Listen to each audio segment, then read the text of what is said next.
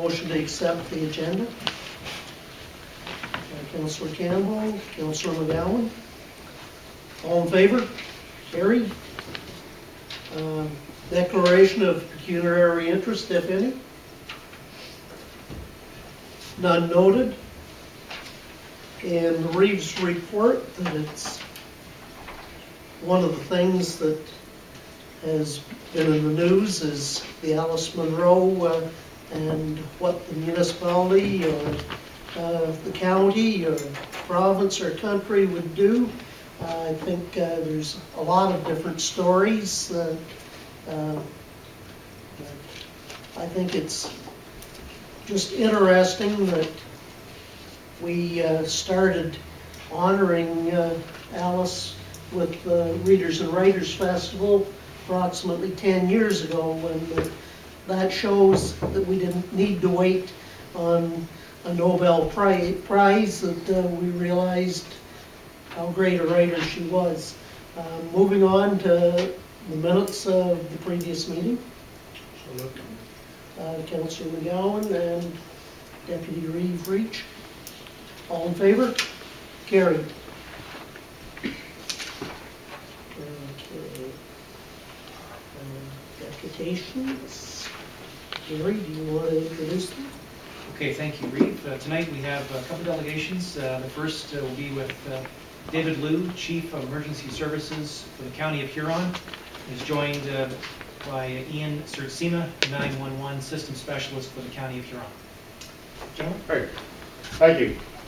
To Reeve Vincent and CAO Long and Council.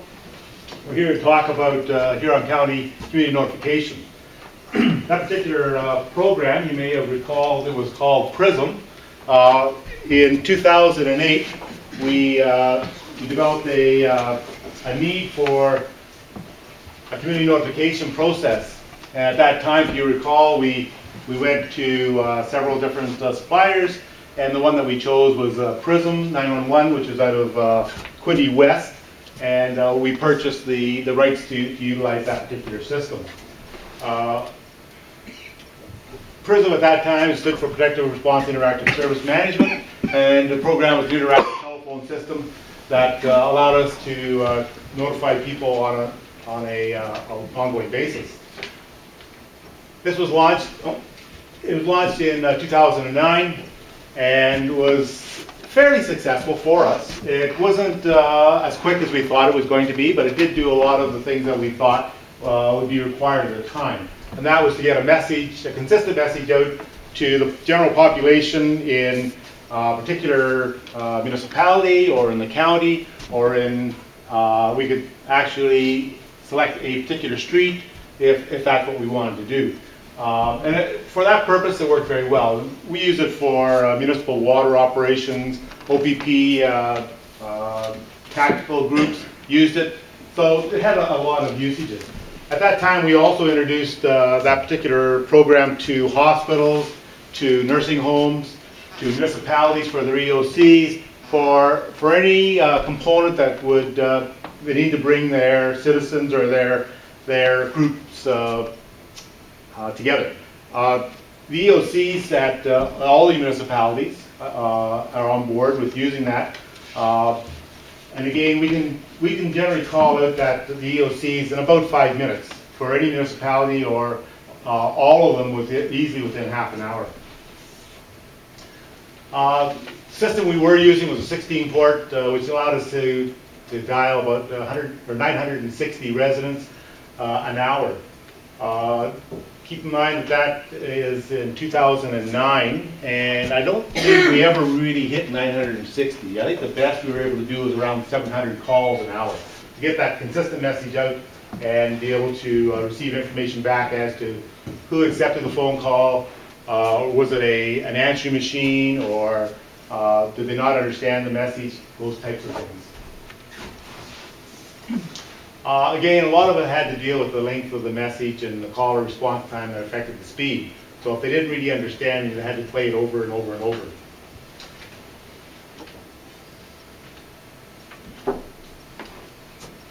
We had a need, was quickly identified in 2009, 2010, and became very evident in 2011 when we had the tornado in Goderich, that we need to get a call out to residents quicker than what we were doing. The decision was decided to move to a new dialer system, and we budgeted for that and went forward. We actually budgeted around $72,000 for this new system. And it was about that point the PRISM name was changed. So it's now called Community Notification. The difference between what we were doing then, when we had PRISM, and when we had Community Notification, is that we were able to dial around 600 to 700 consistently residents.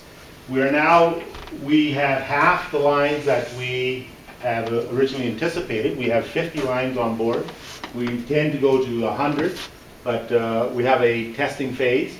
And at this point, how many calls can we make? We can make approximately 2,400 calls an hour now, compared to the previous. And that is a consistent 2,400.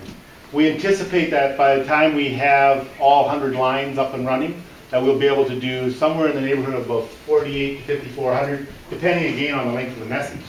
So you can tell that we've moved forward on what we've been trying to do, which is getting more notification, or more people notified.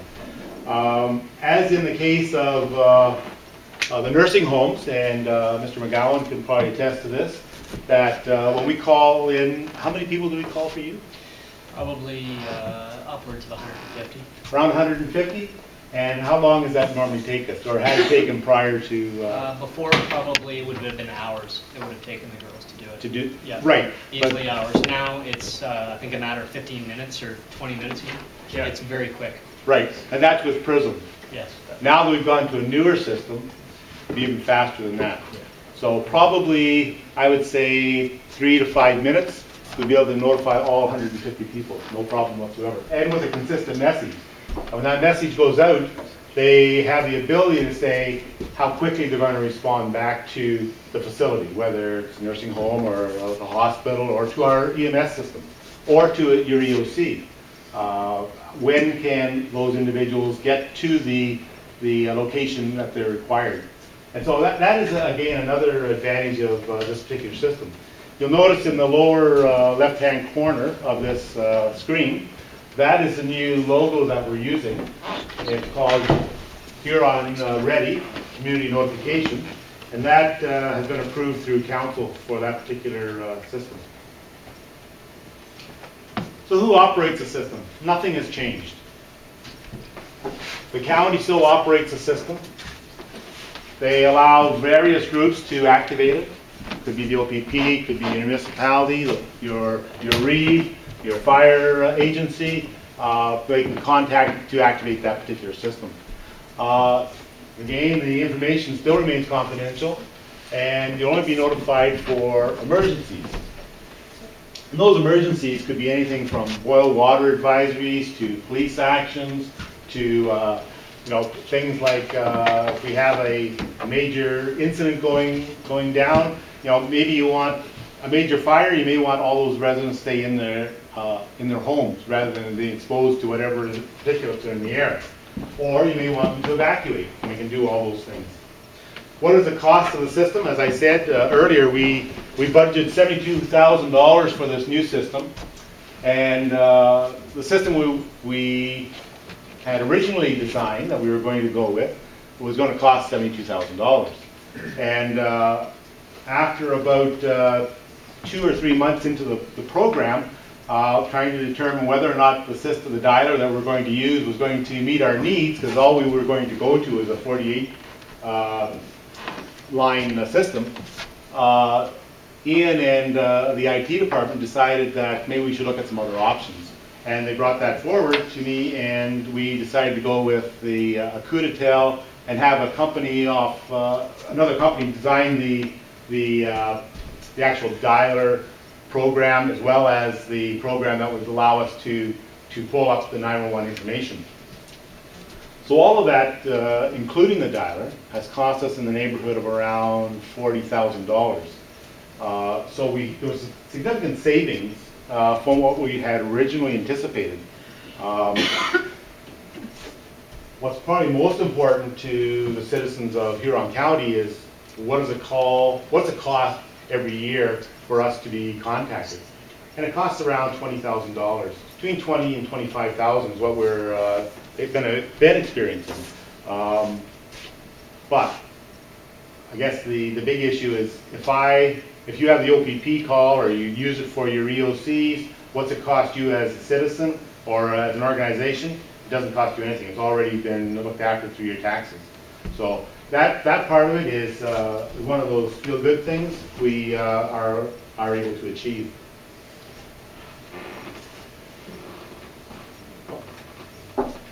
Additional functionality, message customization, and if you have any questions with that, I'm sure that Ian is more than happy to talk about that. Scalability, caller ID, we can have it come up and say who the organization is or what the organization, our organization, to identify.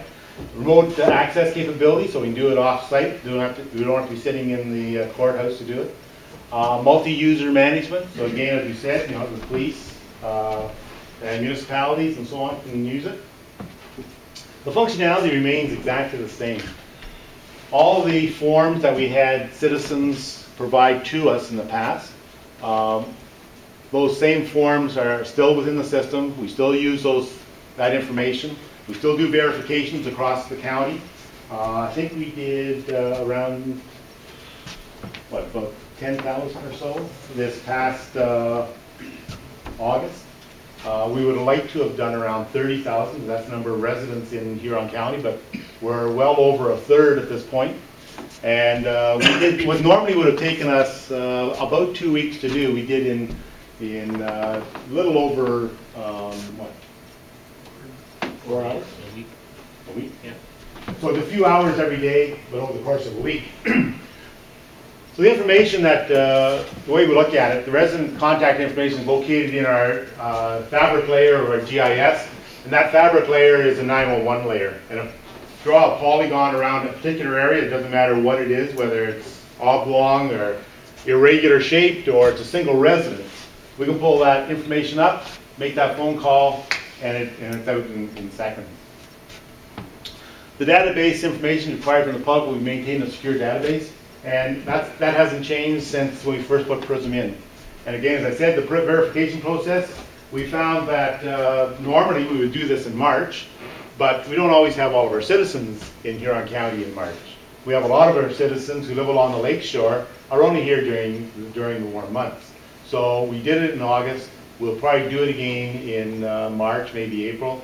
We want to do it a couple times a year so we don't miss anybody. We want to get as many people as possible.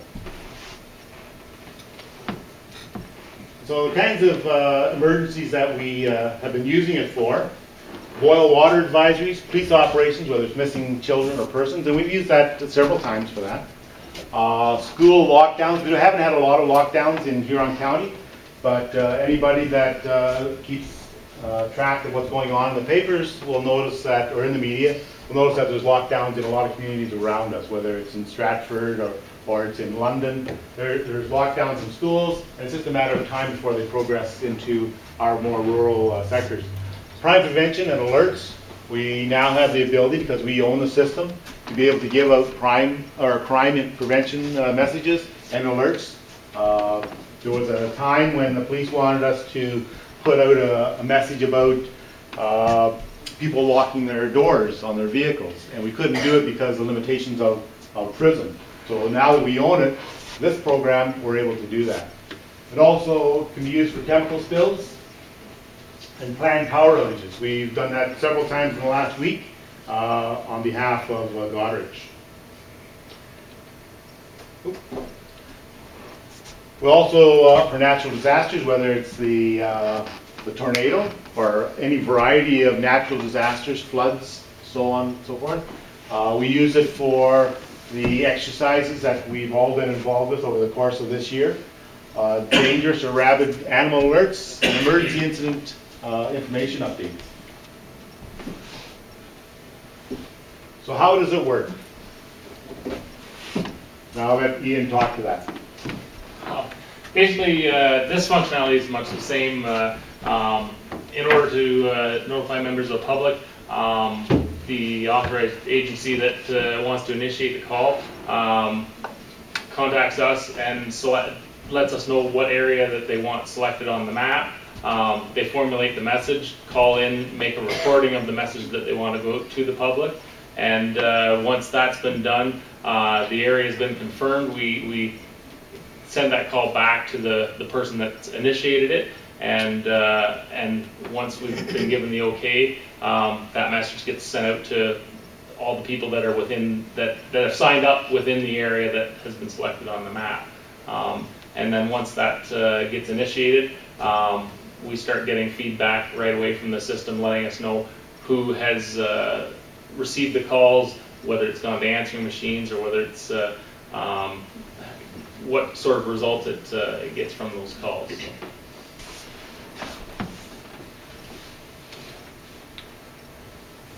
So it provides record of response from the residents, as Ian stated. Who has been notified? Did they understand it or not? Did they not understand it? They didn't understand it, they can replay it and so on. Or if there's no answer. And lots of times people are not at home, depends on the time of day. What's really important in that is that if you are calling, we'll say, all of the residents in Wingham or in North Huron, and we can call, I believe that you have around 40% of your population has been covered with this particular system. So that means that your emergency services, and generally would be the fire or police who will go out door to door and knock on those doors to say that, as a water advisory, as a good example, that don't drink the water, boil it for whatever length of time. So rather than doing 100%, now we're going to have to touch base with 60% of your population. So it does cut down on your resources, your needs for resources. If you can get 100%, that'd be just great. But, we use online meetings for emergency management, police, fire. We have a variety of methods of doing that, and we can do it through our dialer system. So your EOC, it records information as it occurs, and that information is readily available.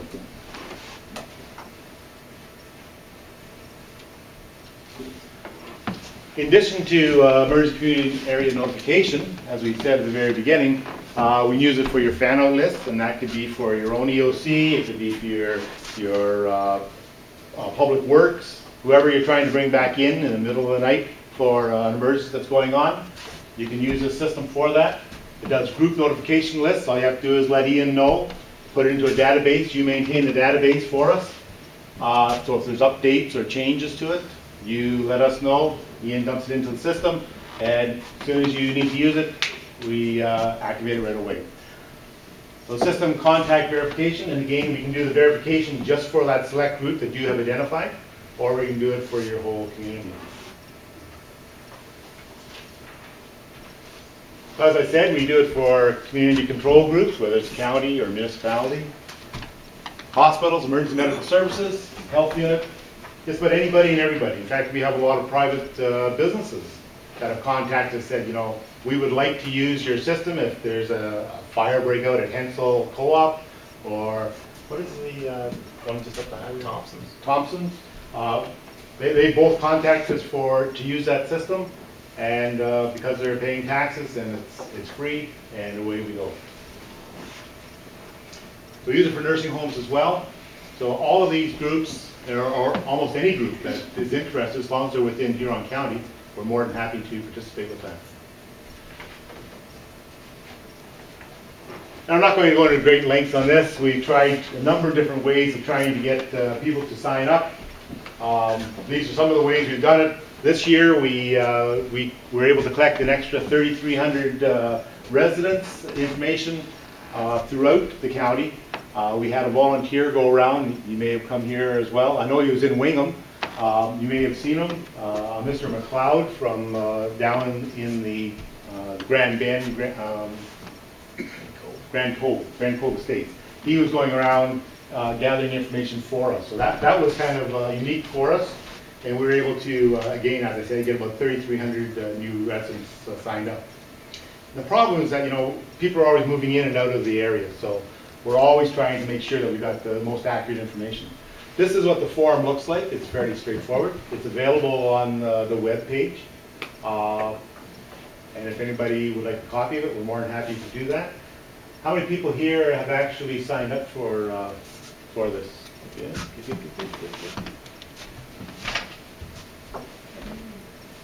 So we still have a few counselors to try and grab, and a couple of citizens.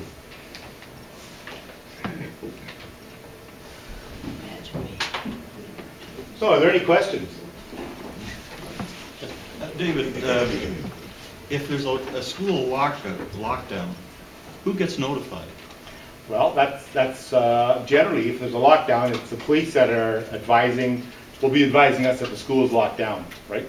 Because they'll have been notified by the principal of the school. Well, what about the parents? They're all over the place. Well, if the school board would like us to use our system, we're more than happy to do that. We have approached Maitland and both Catholic and public school, elementary school, to use our system, and to date they haven't done that.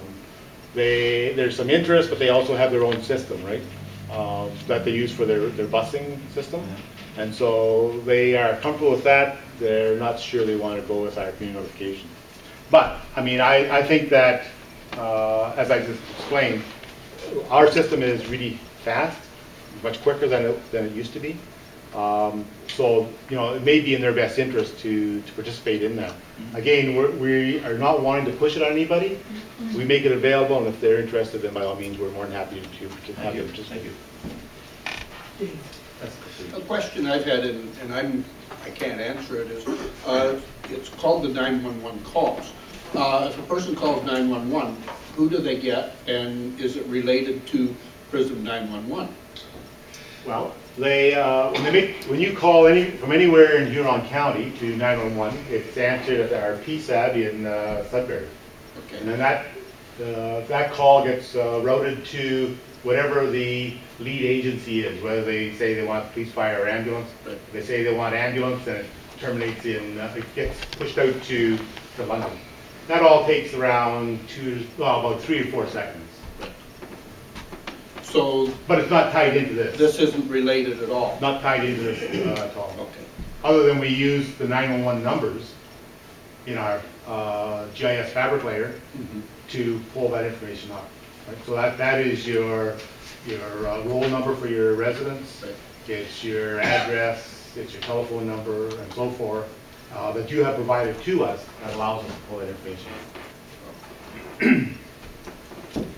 Frankie? I just want to thank you, because the system is amazing, and it works really well.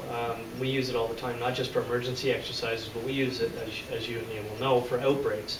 And it's a fabulous system for that, because we can notify all the families immediately if the home goes into an influenza outbreak. And it's very quick and efficient. And I get the ability to be able to print off a report in about 10 or 15 minutes, and I can see exactly who got the call, who didn't get the call, who didn't answer. So we know who to go back and follow up with. So it's an excellent system, and improvements, I can't even imagine, it'll be even better. That's good. Thank you. Don? Is it form any complications if you don't have a landline at your residence? Absolutely not.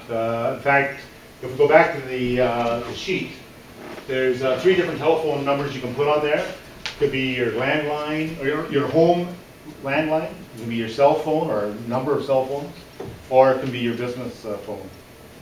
That's your prerogative. You put as much information on there as you want. We'll call from everybody.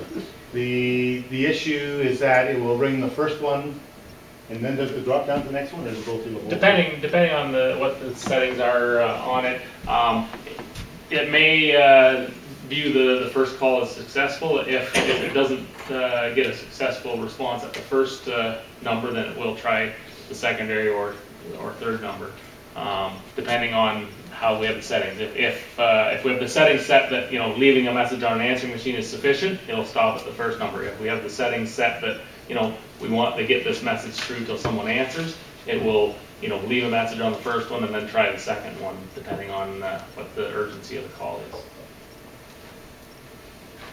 Pat? Oh, no, I'm stretching, sorry. Don?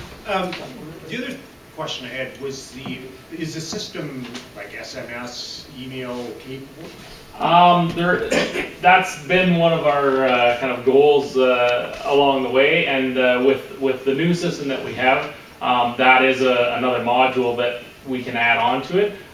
We aren't getting quite there yet. We're just getting all the testing done on the dialing side of it. Once that's rolling smoothly, then we will be looking at the possibility of doing text messaging as well as the dialing.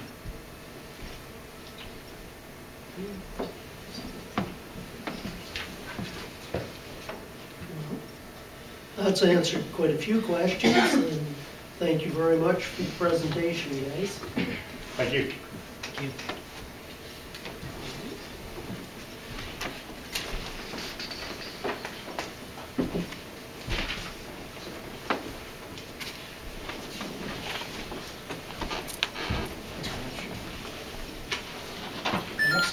Next delegation, we have Ryan Erb, Executive Director, United Way, Perth Huron. And Ryan is joined by David Blaney, who is a member of the Social Planning and Research Council. But then I kept steaming. Trying to be lazy. There you go. Well, good evening, everybody. It's great to be here again at council and to be able to share with you some important information about the United Way and about our Social Research and Planning Council. The United Way, of course, is an organization that's involved in a lot of different things in the community. This year it's over 50 projects, programs, and agencies that we're supporting, so it's a significant number. And in that context, we want to thank this council for the support that you have shown to the United Way over the last couple of years in terms of monetary support for the Social Research and Planning Council, the campaign, and also for allowing us to do simple things like have banners in the community just to make everyone aware of what we're doing. So we really appreciate that, and it's significant that your council has chosen to support us in those significant ways. I'm going to start with a short story here, and we'll get into the topic at hand. Julie remembers experiencing abuse as a child at the hands of her parents. It would happen in front of her siblings and sometimes in front of other people. When she was a teenager, she experienced abuse from her boyfriend, who later became her husband. Julie says that her husband abused her physically, verbally, emotionally, and financially in their home and her workplace. She recalls how her reactions changed over the years. When the incidents first occurred, she was apologetic, and she would try to make the relationship better. She even tried to change her behavior so that the abuse would not occur, but realized it did not matter what she did, the abuse wouldn't stop. She became withdrawn, socially isolated herself from her friends and family. But now that she's separated, she continues to experience the abuse and harassment and control from her ex-husband, who withholds financial support for their children. Julie, though, was able to find support by reaching out to her family doctor and then connecting with shelters in the area. So the United Way's story, through that difficult story, it's important that you understand all of the ways that we connect. Not only are you going to hear about an important research project that sheds light on this challenging and difficult issue that we face in our community, but it's also important to understand that it comes full circle. The Huron County Women's Shelter is one of our supported agencies, and so we've been supporting them for many years, and other agencies that are part of that fabric that help people when they find themselves in these circumstances. So whether that's on the employment front, or whether it's with needing that emergency shelter. There's all kinds of different things the United Way is supporting in the community. So it's part of that picture that you can see this person's story, who is a resident of the area, and like many others, unfortunately, faces some tragedy in their life and difficulty in their life. So it tells a little bit about why the United Way is working so hard to raise money every year. One of the main things we do that we're well known for is having a significant annual fundraising campaign, and we celebrate that fact, that we're able to achieve significant goals in this community. So last year, 2012, we were able to raise $1,082,000 and change, and so that's a significant number for the counties of Perth and Huron, and we're really pleased that we made it there, and thanks in part to the community of North Huron.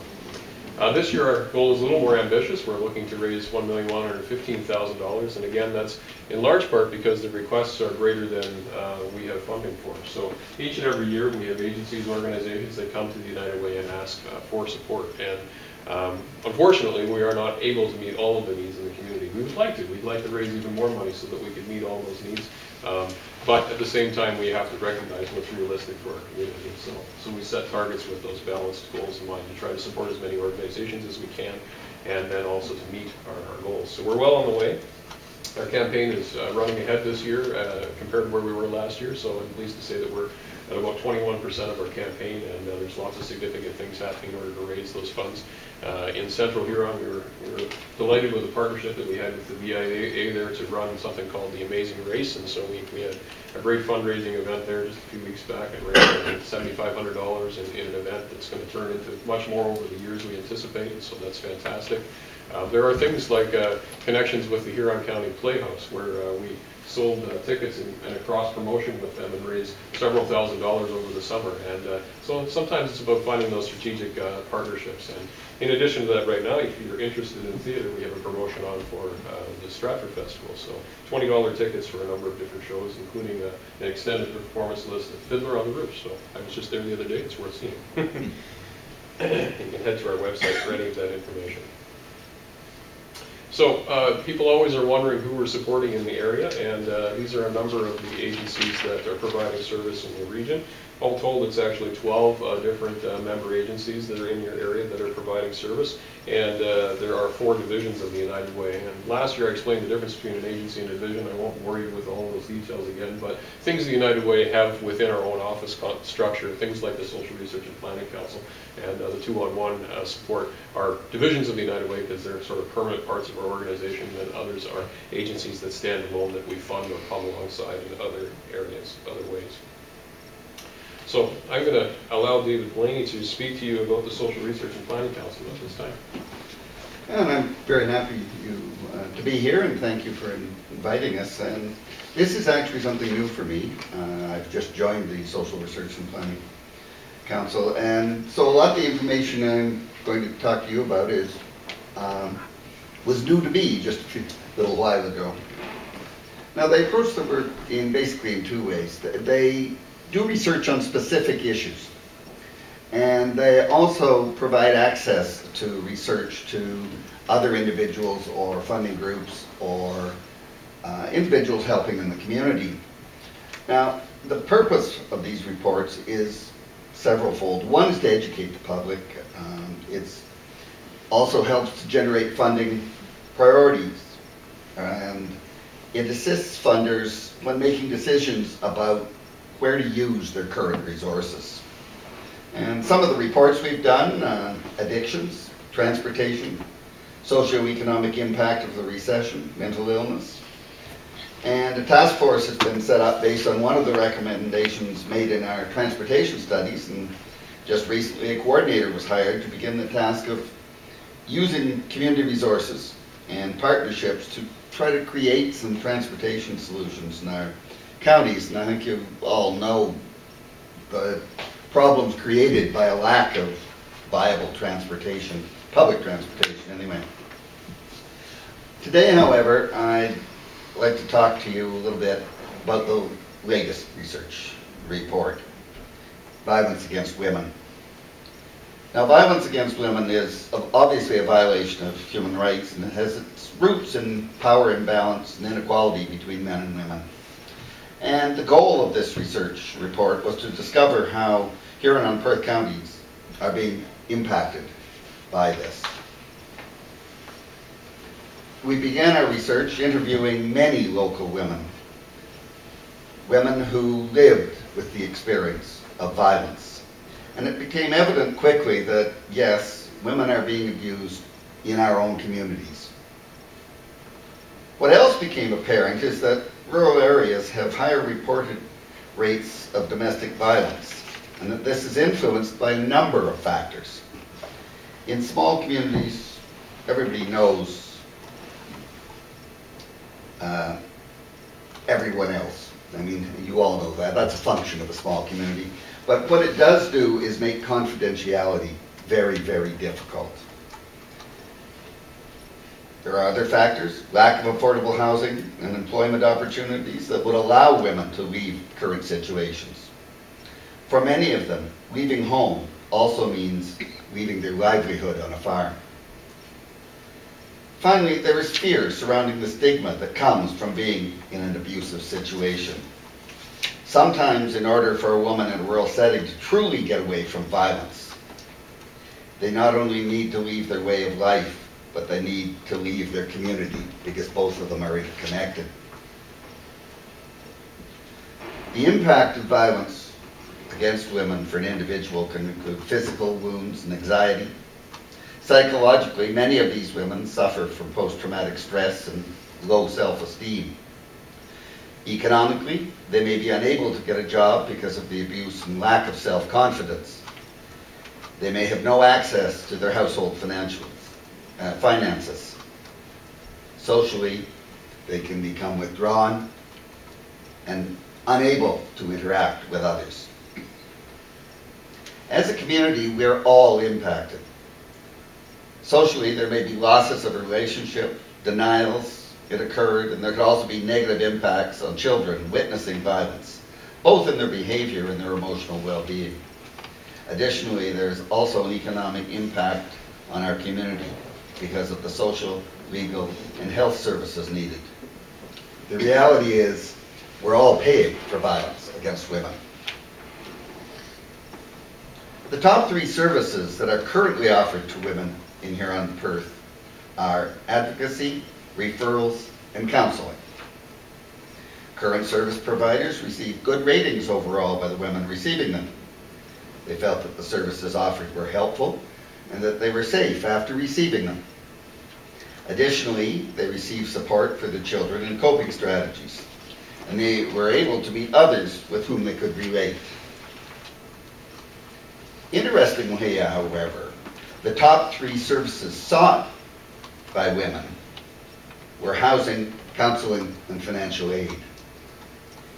Perth County, the Women's Shelter Optimism Place, reported that in the course of a year, they were operating at maximum capacity 302 days and over capacity for 12 days. The Huron Women's Shelter was at 100% capacity 65 days of the year and over capacity for 154. On average, there were 8 families on the waiting list of the Emily Murphy Center at any given time. There are other gaps. There's general overall gap in services for children and men. There's a lack of harm reduction philosophy for women with substance abuse issues. And there's the lack of a committee like DART, which brings the justice system and service providers together. And actually, I had to ask what DART was, and it's a committee where women's shelters, police, the justice system get together not only to talk about the problems and the issues, but to try to push the agenda forward. And it should be noted that there is a DART committee in Huron County, but not in Perth, so just to clarify that difference. Besides service gaps, there are also some specific barriers within our counties that may discourage women from seeking help. Barriers include isolation, back to transportation again. Lack of transportation is mentioned there. Cultural barriers. We're a traditional community, and sometimes that inhibits people from seeking help outside the family. The recommendations of the SRPC, and made on the basis of their research findings, include a need for an increase in beds at emergency shelters and second stage housing, an increase in abuse programs funding for women, men, and children. Change is unlikely if help is only offered to certain populations. Children and men also need support, or the cycle of violence will continue. There's a need for an expansion of sexual assault and forensic services. The establishment of harm reduction services for women with substance abuse problems so they can safely enter a shelter. Currently, women with substance abuse issues cannot access services at shelters due to restrictions and liabilities. So they are sent to neighboring communities that are often full. There's a need for a detoxification unit in Perth Huron counties, or what could be called a wet shelter. Currently is community withdrawal support within the community that can support women in the shelters. And the reason this is so important, actually, is the fact that abuse often leads to substance abuse as a coping strategy. So you start with one problem and end up with two. An increase in collaboration between service providers in Perth and Huron counties is a way of sharing information and resources and developing effective prevention programs. Finally, the service needs of special populations such as Mennonites, seniors, people with disabilities are often unclear, and ways of accessing these populations really need to be explored. Now, this is the part of the report that Ryan and I sort of discussed. Yes, fought over, and I either won or lost, depending on how you want to look at it. I'm going to ask for money. Actually, I'm not asking for money tonight. What I'm going to suggest is that the Social Research and Planning Council would like $500 to underwrite a portion of the cost for continuing to produce the reports, and the United Way would like $500 towards their campaign goal. And we do acknowledge with a great deal of thanks the money you give every year. And you do. And this, I think, is rather important for both our organizations because it goes to our credibility that municipal councils are willing to support us. So in the next month or two, we're going to be releasing our report on volunteerism. And we are already underway with the next research topic on the quality of life in Perth and Huron counties. So that's where we're going into the future, and I'd like to thank you for taking the time to listen to us today. And if there are any questions, I'll let Ryan deal with them. We'll do our best. Brock? I understand that the quality of life study is a recurring, is every 5 years, or? Yes, that's right. To see what the trend is. Yeah, it's related to the annual, or the census reports that come out from Statistics Canada, so we're able to take that data and then boil it down to things that are that are more important for this region to understand, so, yeah. That's interesting. And just to add to that, actually, one of the things we're going to be doing this time that we didn't do last time was a study on the living wage, which is basically an attempt to determine what a family would need to actually earn in either Huron or Perth counties to actually live a decent life. Bertie? So you mentioned, I think, or we looked at 4 or 5 different studies you had done. And you mentioned the fact that you did a follow-up on one. So there was no follow-up done on the other studies? I'll let you, because they were done before I got here. There's follow-up done with each of the studies, it's just that it's different with every study. So for example, the transportation that was highlighted, there was no community group actually already formed to discuss that issue, so we formed it. With issues like violence against women, for example, this report, there are 2 committees in both counties that already exist, and so they are being asked to take the recommendations and try to implement them with some support from the United Way Social Research and Planning Council. And so the answer is different for every report, but yes, there certainly is follow-up that happens with all of them. And we've actually just commissioned our staff support person for the Social Research and Planning Council to begin to evaluate some of the older reports so we can get recontact with the agencies and the services that were a part of them to see how many of the recommendations have been implemented and those kinds of things. But this report has been, it was printed a few months ago, and there's already a couple of recommendations that are already a long ways into the works. So we see progress with all of the reports. Not everything, but certainly progress. Yeah. Okay. Well, it was a county council that I was given basically a 3-page sheet. Could you survive in poverty? Could you survive in a middle class? And could you survive in wealth? And it was basically, it's from some of the stuff that's been taken out of those studies. And I found it a very interesting questionnaire trying to see how many things actually fit. And that this is what I did on it, so I'm not passing it around. Yeah, It's a very telling story, and that it shows, and it brings a reality to, okay, where are we? Where do I sit within the greater community and things like that? So that, is there any more questions? Well, thank you very much for allowing us to come. the presentation, and we shall discuss it. Wonderful.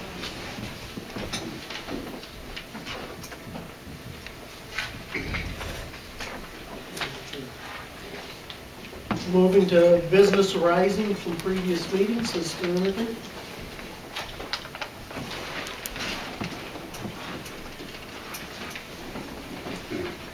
Thank you, gentlemen. Wait.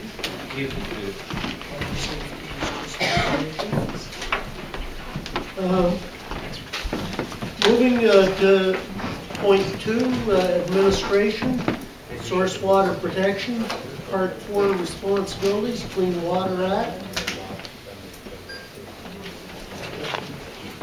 We have a decision to make.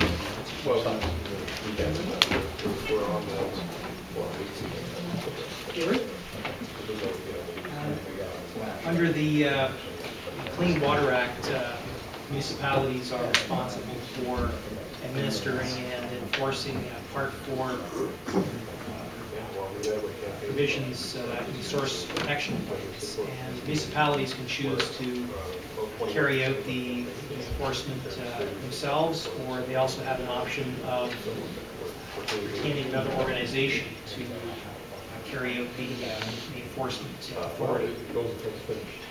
Lower tiers have received a proposal from the Sauble Bayfield Conservation Authority to have the authority carry out those responsibilities on our behalf.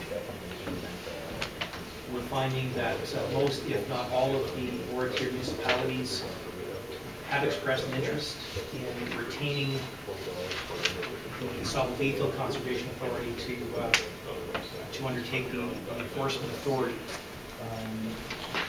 We have looked into having a staff person such as our chief building official do training, but I believe the cost was going to be somewhere between $5,000 and $10,000 or something like that. The Sauble Bayfield Conservation Authority, through this process and developing the source protection plans, have developed an expertise in developing risk management plans and enforcement, and we feel that they're well positioned to carry out these responsibilities on our behalf. We haven't received the numbers, the precise numbers from the authority, but we should be getting those sometime this month. It is noteworthy that the province has announced that they will be providing funding to municipalities to help with risk management and implementation, as well as education strategy. So we feel that our implementation costs, risk management costs, should be covered by provincial funding. That hasn't been determined yet, but we feel that we'll certainly be eligible for funding. So both myself and our chief utilities operator are recommending that we retain the Sauble Bayfield Conservation Authority to administer and enforce the Part 4 responsibilities under the Clean Water Act. I'm in favor of going with Sauble Bayfield, but I think we should wait until we have the final numbers. I don't mistrust them, but I just think it's bad business to approve something until we know what the numbers are. Deputy Reid? In the literature here, it says the cost would be between $19,000 and $22,000 annually, plus a one-time cost of $4,574 for training. If we're buying the service, why are we paying for training? The education outreach component is mandatory. So it's not training, it's more communications and outreach with North Huron residents. It's mandatory from the administrative environment. Councilor Campbell? Have you got your copy of the risks that are involved? Have you received that copy of the risk that you will be working on? Yes. You have one? Yeah, yeah. there's 9 plans at this point in time that they filled. Yeah, there was a lot of emphasis put on the risk, and after some of this material started coming down, there wasn't near the risk that the Yeah, municipality was going to have to work with. Yeah, they started with 52, I think, and Yes. then they verified the risks after that. I'd like to speak, like as far as the cost, they're in a little bit of a predicament because to narrow down the cost, they need to know who all is going to participate in it. Right. So it's a little bit difficult. At this point, they were using the confirmed municipalities that were, at least in principle, were going to go with them. So I think that was kind of the worst case scenario. Councillor Vaughn? Then I would make a motion that we approve in principle the offer of Sable Bayfield, subject to ratification once we know exactly what the numbers are. Councillor Brown, second. Is there any more questions or comments?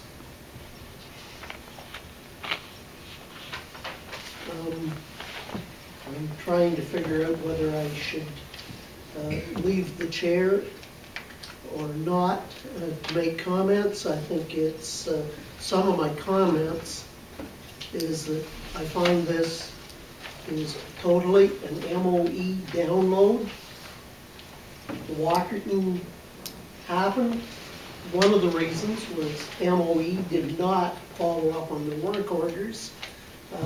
This is totally a download to lower tier municipalities that are in charge of, and so that while this may be our best bet, I feel that we are being put upon by this and other things, and especially under the Clean Water Act, where we as councillors can be held personally liable if we do not put money forward to make sure the actual treatment of the water that comes in to the system. And what this is it is a safeguard that just outside of our system, that this is, the pendulum didn't just swing completely back the other way, it's spinning. Thank you for... Just to comment, when they first started this, there was to be no cost to the municipality. This was to be all covered by the money that they put into this source water protection. Now we are getting hit with charges to update this and do this thing. The original white paper, the original meeting over source water protection, I was one of 6 people that were not employed by government at that meeting in London. And it was, what do? We have to do something. So that, thank you for bearing with me, but I feel this is just an outright download from the Ministry of the Environment to lower tier, cover the costs. Councillor Vaughn? But this is nothing new. It's always been that way for 4 or 5 years at least. This has been going more than that. This topic alone. Okay, thank you. Those in favor of the motion? Thank you, Gary.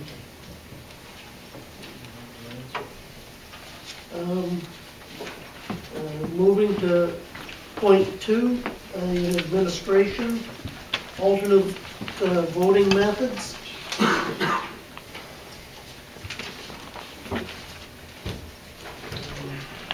You are... Speak to initially. Okay, initially, Gary. Okay, following the 2010 municipal election in North Huron, thanks.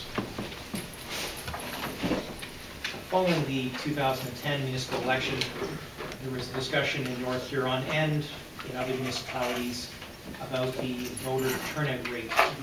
The average turnout rate in the province for the 2010 election was about 45%. The turnout rate in North Huron, I believe it's in my report, was I think 37 or 38%. So there was a discussion in North Huron and in other municipalities about exploring alternative voting methods as a way to engage more voters, reach out to more voters beyond the traditional ballot system. More and more people are using computers, using the internet. Many people, for whatever reason, are, I guess, less inclined to show up at a polling station and vote. So I feel, as well as other clerks, that we need to find ways to reach out to more people, be more progressive, be leading edge. And so this report looks at a number of possibilities, including the possibility of continuing with the traditional ballot voting method. The report also looks at vote tabulators, vote by mail, vote by phone, and internet voting. Based on my observations and over the past year and my discussions with some of my counterparts in other municipalities, I'm finding there's more municipalities going with telephone and internet voting systems. I feel it's progressive. I feel it's leading edge. I'm also recommending in the report that that we could still create, still have a voting place for those people for those residents that value tradition and they want to go somewhere and vote, that we can still create a voting place for them. So I submit this report for your consideration and for discussion, and look forward to that discussion. Councilor McGowan? So just a couple of questions before we delve into this. One, I know there's other municipalities around us that do use mail-in ballots. Can you speak to council about the effectiveness of that? I guess any one of these options,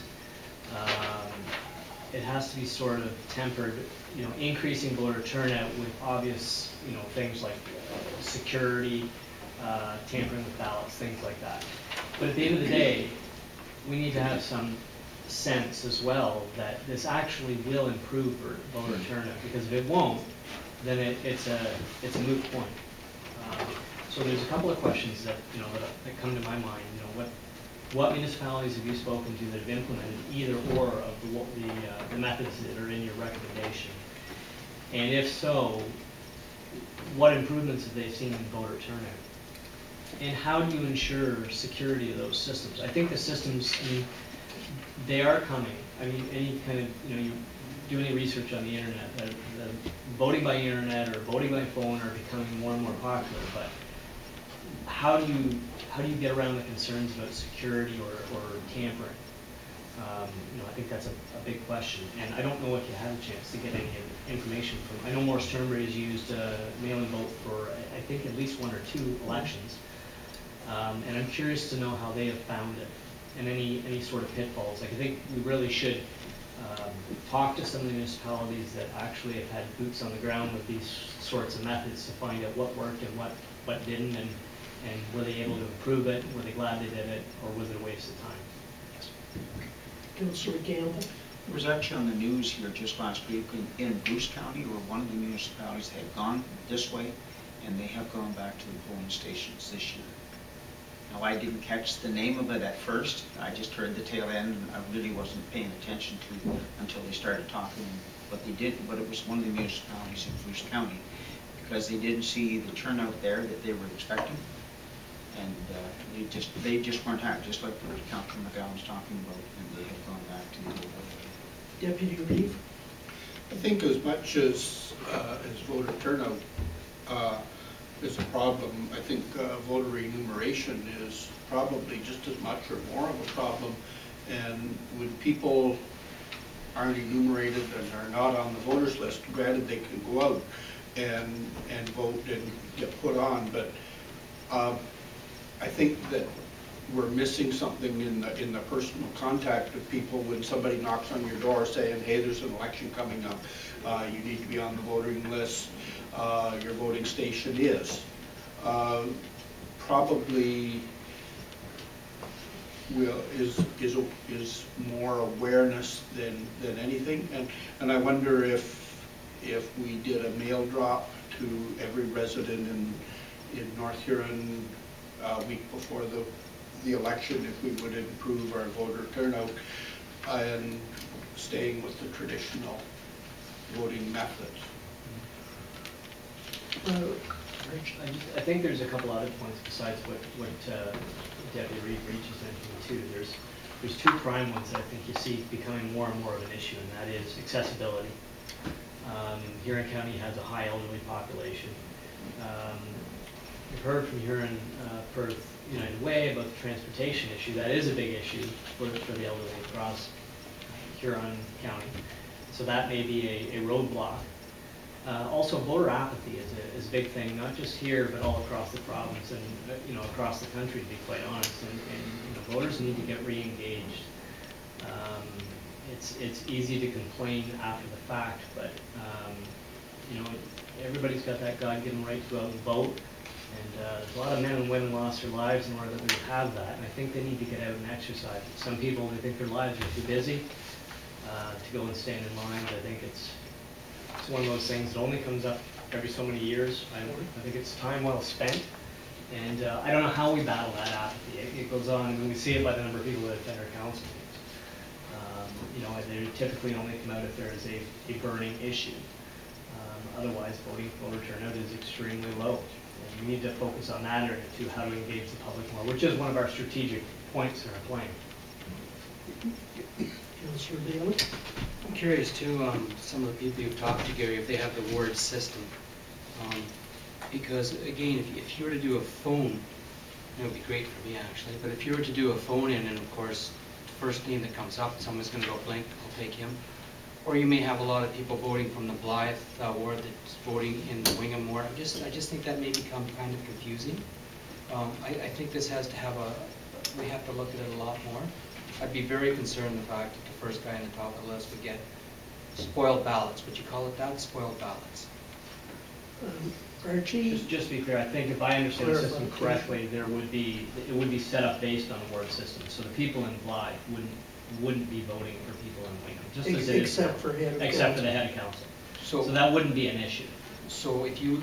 No different than somebody going into a polling booth and seeing one person's name above the other on the ballot and just saying, hey, well, I'll just pick the guy in the top. I mean, that can happen in any method, really.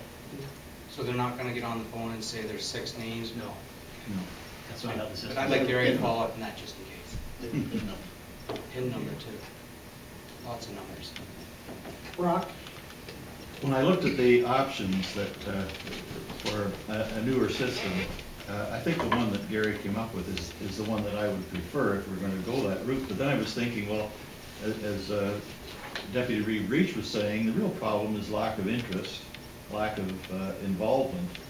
And so maybe the easiest solution is to work out a plan to get people more involved and interested in knocking on doors or whatever the solution is, and leave the system as it is as a viable option. I think to go into a newer system that costs a bit of money, and it's kind of a risk, and have the percentage go up to 2 or 3 points, or even down 1 or 2, that's kind of that's a loss, really. That's not an adequate gain. I mean, if it was going to increase by 30%, well, that would be significant. But I don't see that happening, really. At least I haven't seen any evidence that would indicate that would be the result. And on this, stick in a couple of points. When I have ran elections, my ads in the paper always had my phone number for people to contact me if they had any issues. It also had, if they needed a ride to the polls on polling day, that it was the same phone number. And very few elections have I run that me or somebody from my family did not give some people a ride that did not have their own transportation. And when you're talking to people, basically, when you ask them if there's points that they would like viewed from the council area, it is a very strong way of winning a vote is contacting your ratepayers and talking to them. And rightly or wrongly, I'm not sure what happened in the election 3 years ago. We didn't get a big turnout, but it wasn't that we didn't look at it. We had the one all candidates meeting. I'm not sure whether a second one at the other end of the municipality would have changed anything. We had good press coverage of the one we had. I think it's just a number of the things put together that we have to try and engage our citizens to take a little more active role, that those that maybe hadn't looked at it as quite as important as I think the members sitting all around this room, not just council, people in the gallery, the press, that it is an important part because council takes care of your business called North Huron. Brock? I think there's another factor. I think we should not only find ways of involving more people in the election, but involving more people in standing for election. I think that would create a lot more interest than we have now with the same old guys running every time. I think some new blood would, I mean, maybe my blood on the floor, I don't know. But I think that would be a useful approach. I don't know how we do that, but... Gary? A couple comments. I will get in touch with my counterparts to see what their experience was in the past election. I know that in South Bruce, which is just north of us, they went to internet and phone for the 2010 election, and they experienced a 51%. Their turnout was 51% compared to our 37%. As I said, in my discussions and observations, there's more municipalities going with internet and telephone. Some are using vote by mail. I did contact Morris Turnberry this afternoon. Their clerk is away for a few days. But I did speak to a staff person there who said that the voter turnout increased in the 2010 election in Morris Turnberry, ostensibly as a result of the vote by mail option that was available. I think, and I can certainly bring information back with respect to security measures, but I think as we know with online banking and so on, that the security, online security is being adjusted and tweaked and enhanced on a daily basis. And you know, we can buy tickets for the Stratford Festival online using our Visa card or whatever. And I think many of us feel more secure about banking online, and we're going in the same direction with voting as well. There's the safeguards and the guarantees that we can do that. I know in the city of Peterborough, the clerk there retained hacking, some guy that hacks for a living, and paid him to try and hack into the system. Was not successful. So that's interesting. With respect to voter remuneration, that's definitely a problem. And I know the clerks were very candid when we met with MPAC officials after the last election that the election lists of eligible voters were in very, very rough shape. So they heard that message. So MPAC is doing more regarding the lists, but we still have an obligation in the municipalities and as clerks to make sure that we have better lists. And I want to do more in that regard for sure. Brock first.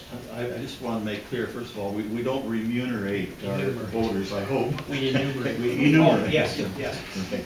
Yes, My one question, Jerry, about the system that you recommended, there must be a body of some kind that makes a decision that the election has been fair and that there's some sort of body that makes a decision, yes, this is the proper result.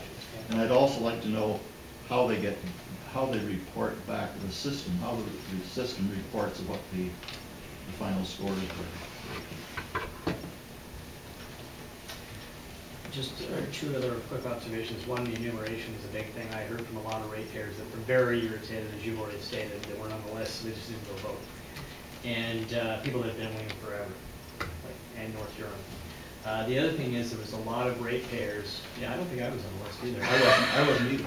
I wouldn't either. I remember laughing about that. But the other thing is that a lot of ratepayers, and I don't know how this happens, but they weren't aware that there wasn't one. You wouldn't believe the number of people that I talked to that said, oh, I didn't know, I knew there was one coming up, but I really didn't know when it was. And I think we've got to do, as Councillor Bodden said, more of a bit of a marketing campaign about the municipal election and making people well aware of where the sites are, where they can do their voting, and make sure that they get out, and that all the population is well aware of the process and the dates. Councillor Campbell. I'm going to go back to the voters list again, because we based our figures last year on the voters list. Our percentage turnout was based on our voters list. And our voters list was terrible. And I got a letter in the mail today from my daughter to appear for jury duty in Goderich. She's been living in Timmins for 10 years, and her papers have all been changed. So I was going to call her tonight and say, well, come on down and visit anyway.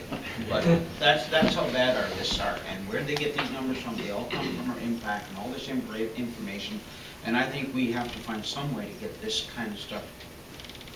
I thought it was a good idea. But that's how bad it is. Yeah. On the impact, I understand that they take their information from our property logs and so on. But how do they get the tenants' names? And so we have, like in Blythe, we have the Queens Villa with 12 apartments in it. So are those people listed, and how does Impact get those names if we don't enumerate? That, for clarification, in 2010, that there's 5 properties that we own, 2 more that we rent. I filled stuff out 7 times, and for the properties but you have to be listed at some time in the past as a renter to get those. So anybody that has probably changed within the year of election, MPAC would have no record of those tenants. Donna? Well, I was just going to say, all the advertising that we can do, it still has to go back to the source, and that is the onus is on the person, because MPAC's lists are only as good as each one of us. It's our responsibility. We get a form in the mail. We must fill that form in and send it back, and that's where the problem is. Then secondly to that, where MPAC has the problem is that they often go back incomplete, and at that point, MPAC needs to be able to do the follow-up and say, get the one piece of missing information so that it can be filled in. But it's still, the onus is on each one of us to fill our forms in and get them back. And that's the message I think we have to start with, to make sure that these lists that do come out are properly filled out. Yeah, our daughter's been gone for 10 years, and her papers were filled out in Timmins, and yet when her papers came, she had no papers here in East Walmart, but she was still on the voters list in the last election. So did you remove her? Did you take Yes, the she was steps? removed. Yeah. So Yes. that's. She was removed, and as soon as she left, the election before she was gone. Rob? before the last election, we didn't get a form. And a lot of the people that spoke to me in Blythe, they were the same. Now, mind you, they said, we don't remember receiving a form, but I know that we did not receive a form. The one comment I will make is the form, the outside of the envelope, it looked like a marketing flyer. It didn't have there was graphics on it and stuff like that. A lot of people thought it was a marketing flyer and they just threw it out without even opening it. So, Gary, so you bring back a report then, and we can analyze it and decide which way to go? Sure. Okay. Thank you. One final comment with having a polling day. If you're really serious, you have a scrutineer to know who voted, and you can have a few people contacted. You've maybe been busy all day, but could you slip in this last hour and vote? And it's surprising how many elections are won on that type of situation. Okay, you're good with that direction rather than, That's all. okay, that's good. Moving to point 3, the proposed peak geological repository. There's the information in our briefing notes, comments. Gary? This report was produced as a result of comments and concerns that were expressed at the last council meeting by Councillor Bailey. I put this information together for council information. There's no decision or action required with respect to this report. I should add that last week I received a call from Marie Wilson, who is the Community Engagement Officer with the Nuclear Waste Management Organization, and she would like to appear at an upcoming council meeting. So we're looking at having her attend as a delegation for either November 4th or November 18th to speak to this issue and to answer any questions that we may have. Bernie? Could I just ask the councillors if they'd mind if I could come up with somebody that would speak against it? I understand the person that's coming to speak for it works for the company that wants this done. If you could indulge me in allowing someone to come and speak against it.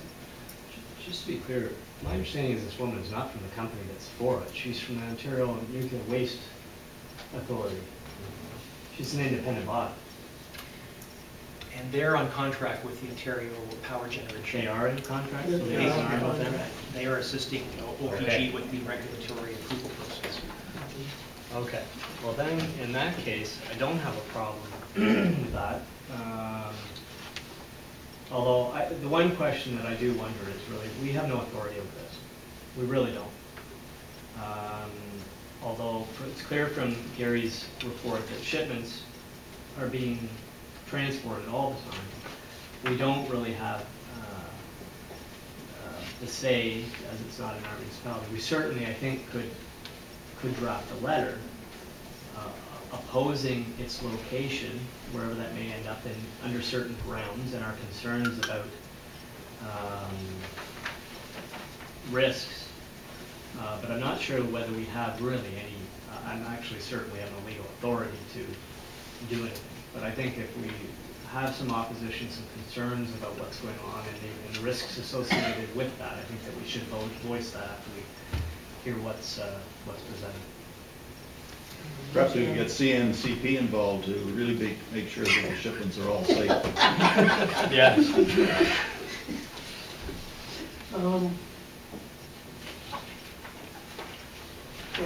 I would see nothing wrong with you possibly try to have a succinct report for whoever is bringing it. And I have no contact with these groups or anything about this, but I'll try my best. Okay. Can we, just one question. I think this is a good idea, but it would be nice to make sure that the person is an expert in that field. I think I know who Councillor Bailey's thinking of, and if that's the case, I don't know his background, but he did make a presentation to the Ontario Power Governance Committee with regards to the DGR. So we don't want anybody just walking in off the street who's against the project. We want somebody that has some educational background and professional credentials behind them, that they know what they're talking about. Yeah, I have nobody in mind. I'm not even getting the first phone call. Okay. Okay. Moving to 3, Director of Finance. Okay. Donna? Thank you. So at last meeting, we talked very briefly about the announcement for the Small Rural and Northern Municipal Infrastructure Capital Funding Program that's was just announced in the first part of October.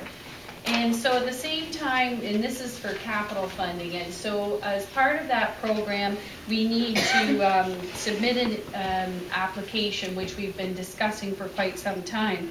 The final cost just came in on Friday afternoon from Burnside for both Phase 1 and Phase 2 of the Mill Street reconstruction project in Blyth, and the construction costs alone are estimated at $2,048,000, and then the engineering would be on top of that. So in light of those discussions and the senior staff, we've met and talked about that, how to deal with that, because as we all know, and according to the information, there's only $71 million available under this round of funding. So $71 million isn't going to go very far. So as I said, it's a 2-part process. The applications, the expressions of interest have to be in by November 1st. The final outcome under this round would be known by February of 2014. The maximum request is 90% of $2 million, and this is available to any municipalities with populations under 100,000. As part of it, you have to make a commitment to complete your comprehensive asset management plan by December the 31st, 2013, and that has to actually be as part of the motion that we have to pass in order to proceed with this. And what the actual construction work and project has to be completed by December the 31st, 2015. So for this Mill Street project, as we've discussed, it's our highest priority. This would be our 3rd time round submitting this project under various applications. So back in 2009, that was called BCF Intake 2, and we submitted the whole $2.2 million project at that time, and we weren't successful. And then earlier this year, under the M3 program, January of 2013, if you'll remember, we had submitted Phase 1 of this project for a total project cost of $505,000, and we asked for 75% funding of $378,750. So originally, not knowing what the new updated cost would be for both Phase 1 and Phase 2, we wanted to get those costs for tonight and see where they ended up at before we were able to make a recommendation. So since the funding is pretty limited on this project, as senior staff, we are recommending that we resubmit only Phase 1 for Mill Street at a total cost of $505,000, and again at the same 75% funding. So in speaking with Kelly and Don, Phase 1 actually gets quite a bit of bang for our buck in that will already alleviate a lot of the stormwater problems. There would be no point in doing it if we weren't going to see any difference by doing that piece. The other thing that, again, with just getting the information so late on Friday, we would actually hope that we could maybe even extend Phase 1 and actually do a little bit more of it for the same dollars. But again, that would all come down to the tender time. So as I said, we have to, the whole turnaround time on this was less than a month. from when we got the information, and we have to have the expression of interest filed by November the 1st. So as staff, that's what we're recommending. It's a little bit different than what we thought in our first discussions. What our plans would be for we're getting updates that the BCF, which was the big project which we did Josephine Street under, we're anticipating that it will be back in place by March 31st of 2014, and it would cover larger capital projects. So our plan would be then to submit phase 2, the more expensive part, at $1.5 million under the BCF program when it comes out next year. So that would be our goal at this time and our recommendation. So I don't know if Don and Kelly want to add any more to that at this time, or would council like to ask some questions about it? Councillor Bailey? I'm just curious why we're going in so low, why we don't go for the 90%. We didn't win on the low side last time. With funding, if we're only going to ask for the lower side, they may be taking the attitude for us that if you've got the rest of that money and you're not needing it that badly, we're getting turned down. I would suggest going for the 90%. I think there's a situation where you're not asking for the full amount and we're getting a dim view from the other side. Councillor Auden? Could we have just a quick coverage of what is missing? What is in the 1.5 million that we're missing if we're going for the first phase only? What's missing? What are we not getting done by going to the what phase 1 is. Well, phase 1 will be Westmoreland Street, up Mill Street, to catch the, well, not quite to Dinsdale. To catch the stormwater and also to do some water. Yeah, replacing the water. Yeah, on Westmoreland Street. Right. Well, then what is in phase 2? It would take us right clean up to County Road 45. No, not quite, no. Hamilton Street? Hamilton Street, perhaps. Yeah. Okay. Okay. So it's basically the same stuff, but just leading it on further. Well, just because there's not as much money was awarded or said that they have for the different municipalities to get into, we just felt that phase 1 would be more,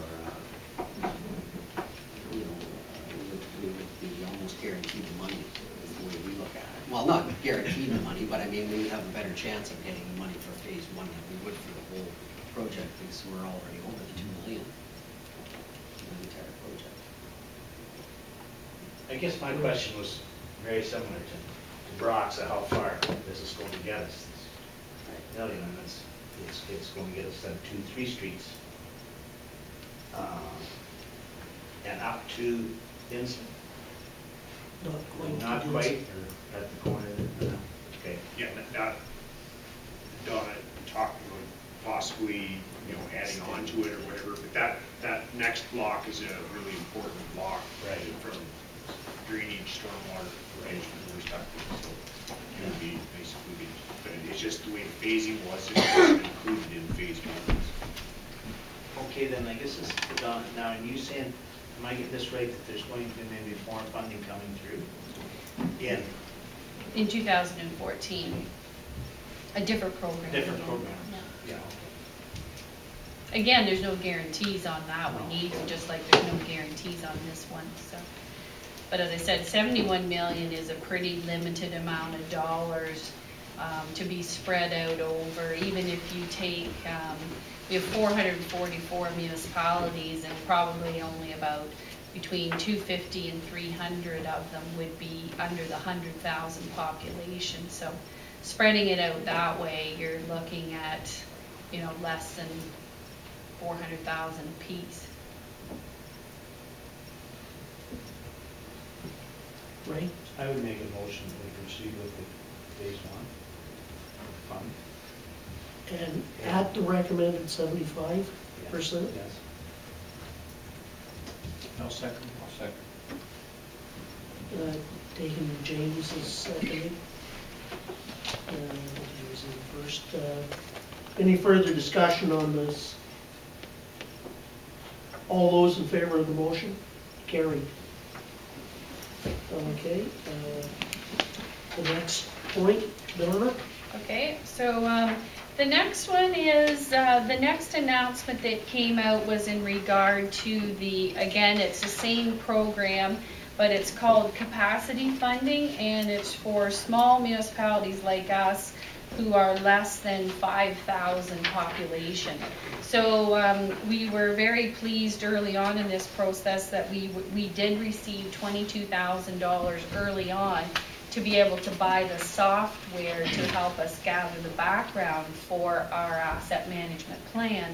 But we didn't have any money left at that point to actually get the plan completed. So we were doing all the background and using the new software that we had to be able to go forward on that. So amongst ourselves, we were going to try to do the plan if we could, which in looking at the way how comprehensive these plans are going to be, it was going to be a very difficult process. So we've been very fortunate that we've been offered this extra $22,000 to put towards getting our plan done by December 31st of this year.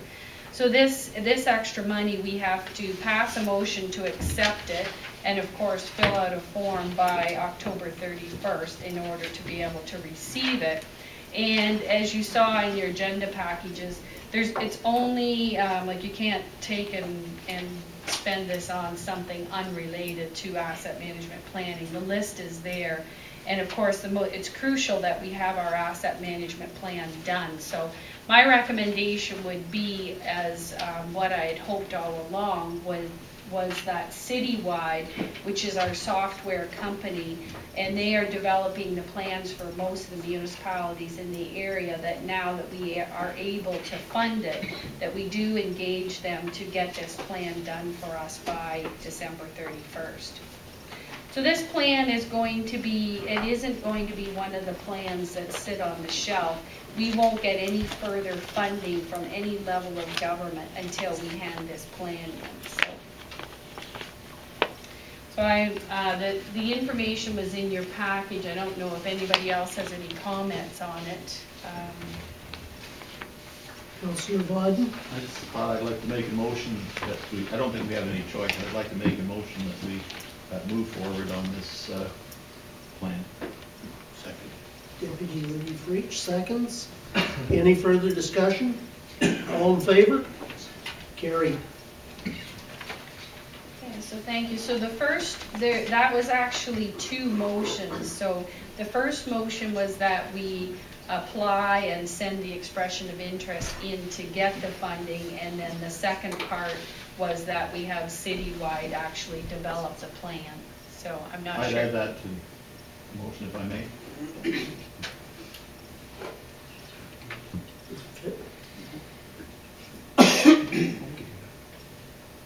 Okay. Seconded, okay. Okay. Are we ready for all in favor on that? All in favor of that? Carried. Okay, thank you. So we'll have to get all these forms back in by October 31st and November 1st, and really be positive that we get some of this funding. Okay, the last item that I have here is one of the goals of our department in 2013 as well was to make use of new technology in order to improve our bill payment and collection procedures. So early on this year, we started working with Canada Post to participate in an e-post service, which is really just a digital mailbox.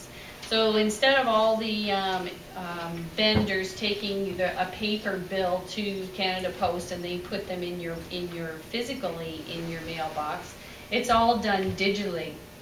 So The costs at the beginning of the year were quite prohibitive. For a small municipality like us, it was over $10,000 for setup, which we said we simply couldn't afford and backed out of the discussions. But since then, Canada Post then pursued and said, well, why would you not participate in this program? And I said, well, cost is basically the biggest thing. So a great number of municipalities in the area use Keystone as our software supplier. So Canada Post has partnered with Keystone and come up with a way in which they are able to make our software work with theirs in order to implement this program. And they've offered us, all Keystone customers, a one-time $1,000 implementation fee, which is much more affordable to us than the $10,000. So there are monthly fees if you use it as well. There would be $40 wouldn't be very cost effective, 40 cents per piece of mail. There is also the option to add a flyer, because as you know, we stick inserts into our bills now. That's a way of keeping our residents updated on various topics. So our idea would be that we implement the program, market it between now, and Canada Post has obligations to market it as well. And so between now and the end of the year, we would market the program and then have a start date by January 1st, 2014.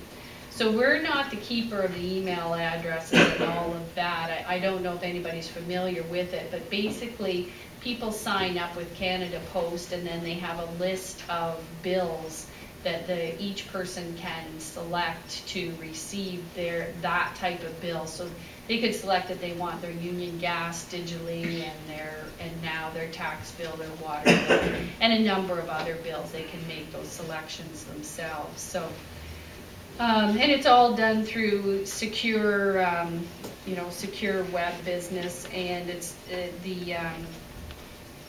legally, it does have legal mail status. And of course, it all has the bank grade privacy and security. So we have actually in this area, for our 2 postal codes, they're actually from Canada Post. There's over 800 already registered with Canada Post. So as an exercise, we said, okay, well, what if half of those selected this service? And if they did, then we would save some money on it. So the thing, it would be certainly to do a good job of marketing and promoting that our bills can be received in this manner as well. So, and again, as everything that we get, it seems there's deadlines on it, and that is this pricing expires on October the 31st. Now, the other one advantage we have is that it's still a one-time fee. If we tried it for 2014 and we didn't feel that we had enough people participating and we decided not to use it, and then in a couple of years after that, if digital mailbox became absolutely the must-have of every household, we wouldn't have to pay again to participate in the program. So it is a one-time go-forward fee. So that's kind of a really quick overview on it, and as I said, it covers both. At this point, we would be covering both utility bills and the tax bills, but on a go-forward basis, there is also the opportunity to have other notices delivered that way as well that aren't an invoice. Does anybody have any comments? Bills are available. So you will have a list of all those who do not sign up, and you will send their tax bill out in the mail as you regularly would? Because not everybody has email. That's Not right. everybody has computers. The list, the list that we would have would not be the list of those who do not sign up. The list would be in file format of those who want their bill delivered that way, and then we would send that file to Canada Post monthly, and they would deposit the bills then into the customer's digital mailbox rather than physically over at the post office. Rob?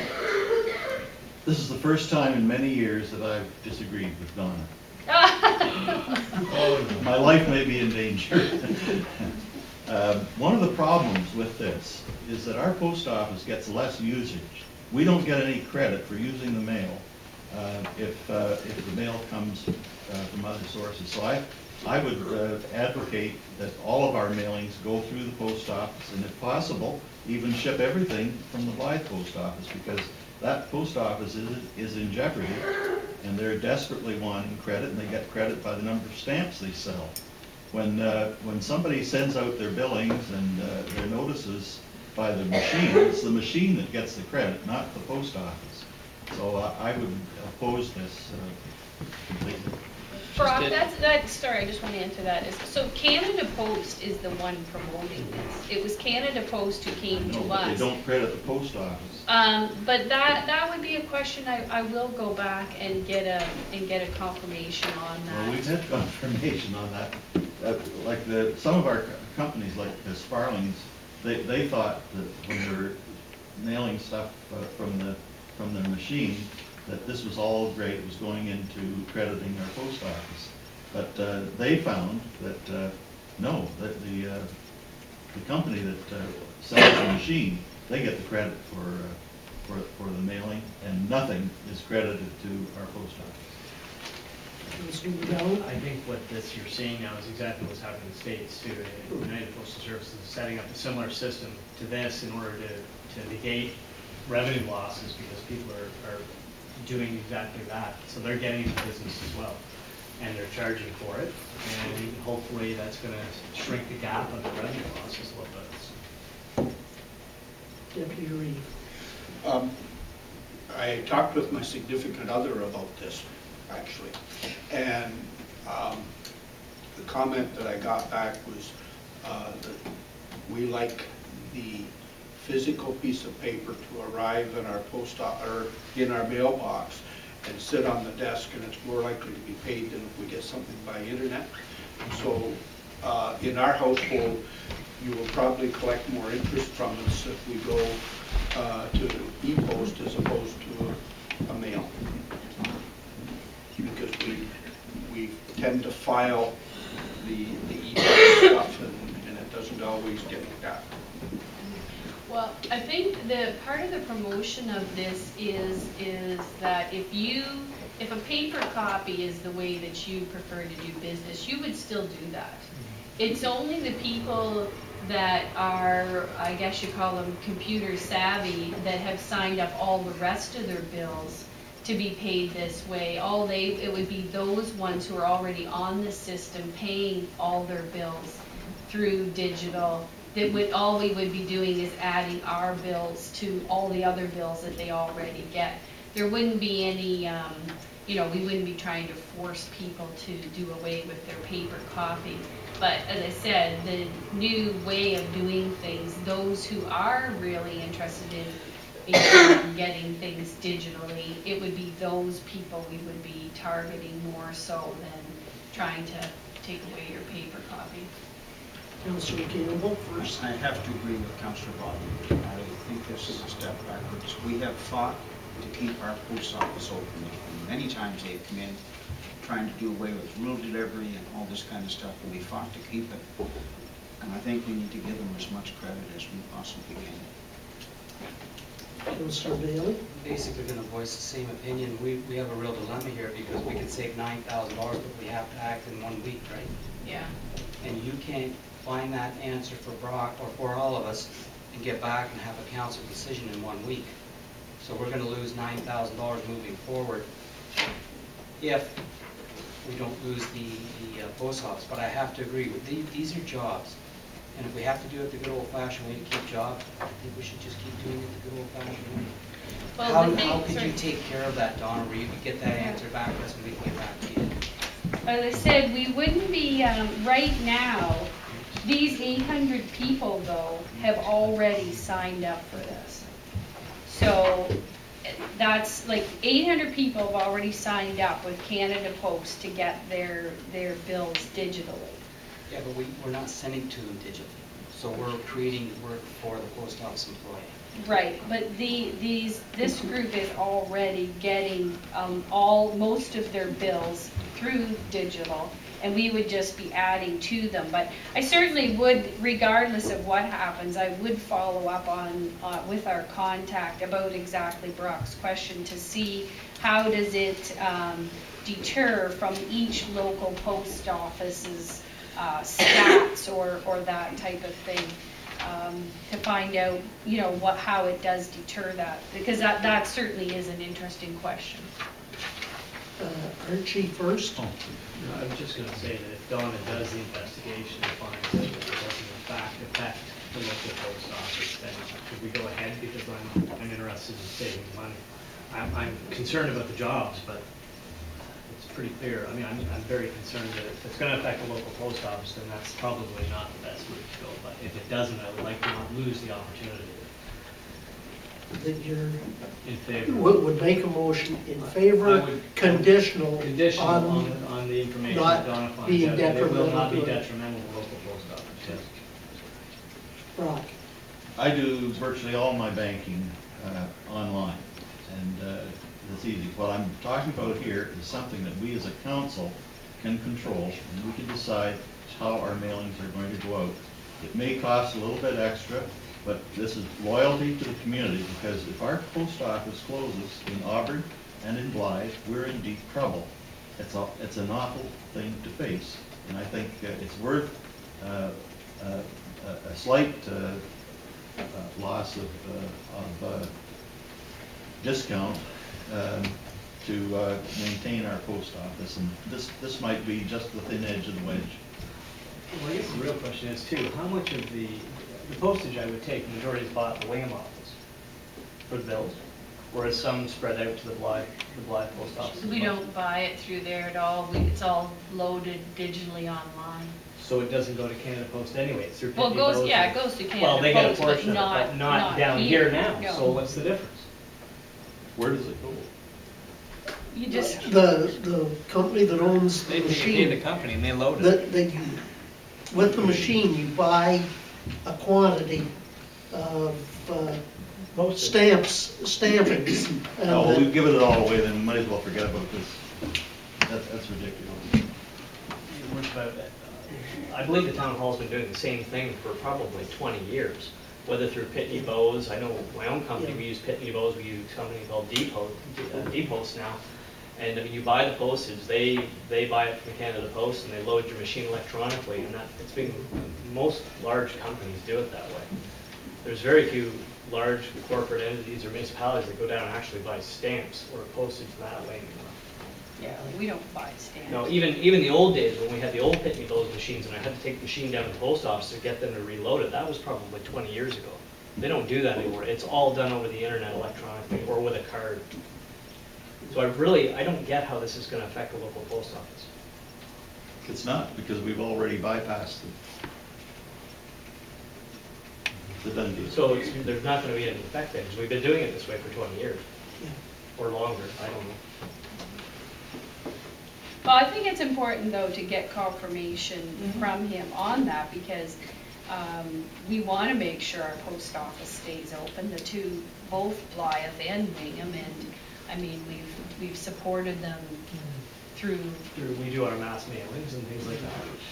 for sure, and I mean, we don't want to stop doing that either. No. Okay. Everybody's clear that the motion that was put forward, is there a seconder for it? I think we should sum it. I'll second Okay, Deputy Reed. Can you read the motion back, please? So the motion would be to go ahead with the recommendation under the condition that there will be no detrimental effect to local post offices either in Blythe or Wingham through this endeavor. Or Belgrade. Or Belgrade, sorry. Or Auburn. All of them. Because they all send stuff. That's fine. Everybody's clear? Clear as the post office. All in favor of the motion? Carried. But I will definitely get you that information, though, before we sign any bill further. Okay. Moving to 4, Director of Public Works, East Wallenosh landfill report. You have a report in front of you that looks very familiar. There's a few changes. And it's to do to the financial impact that we incurred during the summer months of June, July, August, and September. And then I've also tacked on a couple of pages on the back with some recommendations from 2011. Came from Ralph Campbell, who was the previous Director of Public Works. Can I ask a Go question? ahead. It's pretty clear that financially this maybe is not the best route to go, but I am curious how many visitors? You know, I mean, if we're talking about a handful of visitors, I think that then it may not be the wisest business decision to continue on with this. Gate numbers, didn't There were some numbers Visitors, there. number of visitors? There's some numbers. I see the tons, the What is it? What it says, 15 to 20 different times?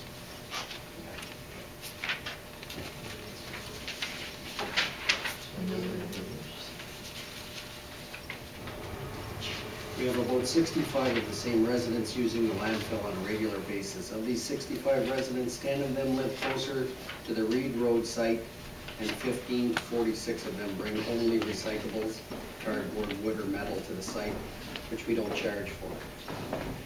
Several residents in Blythe haul limbs to the East Wallenosh site, driving past the Blythe compost and limb site, which we reopened this year. So these are comments that were made back in 2011.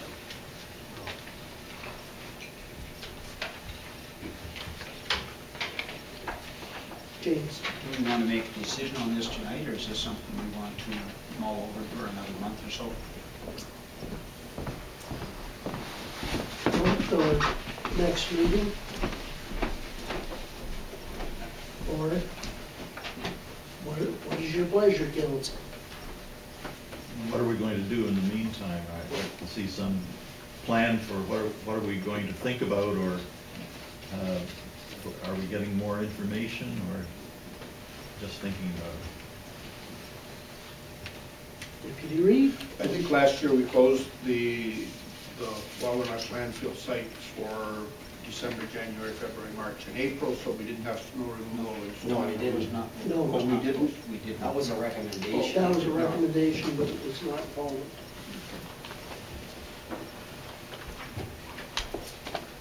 I personally think with those kind of stats, I think we should be following that recommendation. And then possibly looking at, I think your option was opening up during the summer months, maybe. And even the summer months numbers are not fantastic. Ray? I wanted to start, maybe, among here is maybe, like, it wasn't advertised to people in Blythe or anything at all, that it was open in the summer. It was just circulated in East Wallenosh. And circulated in East Wallenosh. Yeah, we put it in everybody's mailbox, so. And maybe, I think, at the beginning of June,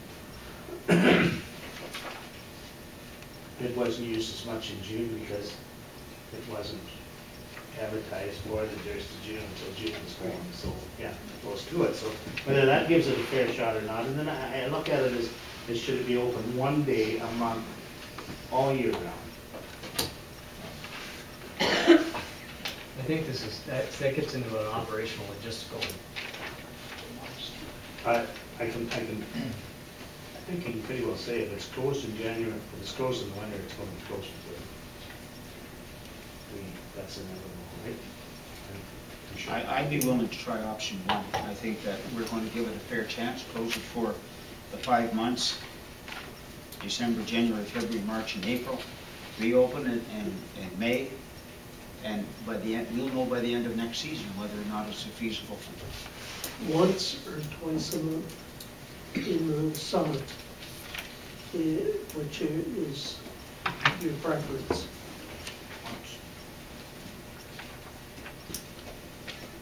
basically we went twice this year to see I would what prefer happened. twice a month, because I know when we went back to the twice a month, the people did spread themselves out, but when they're only open that one Saturday a month, those guys in the landfill will run pretty hard. I guess I'm confused because we have garbage pickup and recycling pickup all through the whole municipality. In East Wawash it's bi-weekly, and in Blythe and Wingham it's on a weekly basis. And I guess I can't get my head around why we're opening a landfill site for people that already have recycle and garbage pickup at the gate, and where it's been recommended that we remove the recycling bins from East Wawash, and I just can't understand. And I know that a lot of people in the rural areas burn a lot of the recycles, so I struggle to see why we're opening it twice a month when the service is already available, and why we're opening it all in the winter months when the cost is extra just to keep the place open. Just in light of this, Kelly, and you've probably said these numbers before, but if we have to continue with the testing in perpetuity almost, to close, if we were to close the site. The testing goes on, but how much other savings would there be, besides the staffing savings? I mean, would there be, there's a certain amount of engineering that still has to be done, annual reports, I think, with the testing, so you'd be just saving the man hours. I mean, am I right? I mean, I agree with Councillor, or Deputy Reach, though. It does seem like a redundant service for a small amount. But Well, you know, I'm in favor of the option one, and I just don't think the numbers, you know. You're still going to have your cost to do the engineering, the testing. But if you're not adding more garbage to it, then you know, at the end result will be less years of testing because you're not adding to it. Right. So, I mean, will there be savings? Not right away, but I mean, there will be savings over the course. At the waste management meeting that was held in Belgrade, and there was 2 councillors in our meeting present, there's 100 years of storage left in the East Wawash landfill site at the present use. At the same time. So if we close it, we have thrown that much away, whether we go in and whether we bring the trucks in from waste management to dump in there to fill it up quicker, but we still have to do the testing for so many years. So just to be clear, I don't think anyone in this council wants to give away any capacity within the municipality. What we're saying is closing it for use later on down the road. I've thought that we needed sort of, and I've said this before, a waste management master plan, not just for the county, but for our municipality.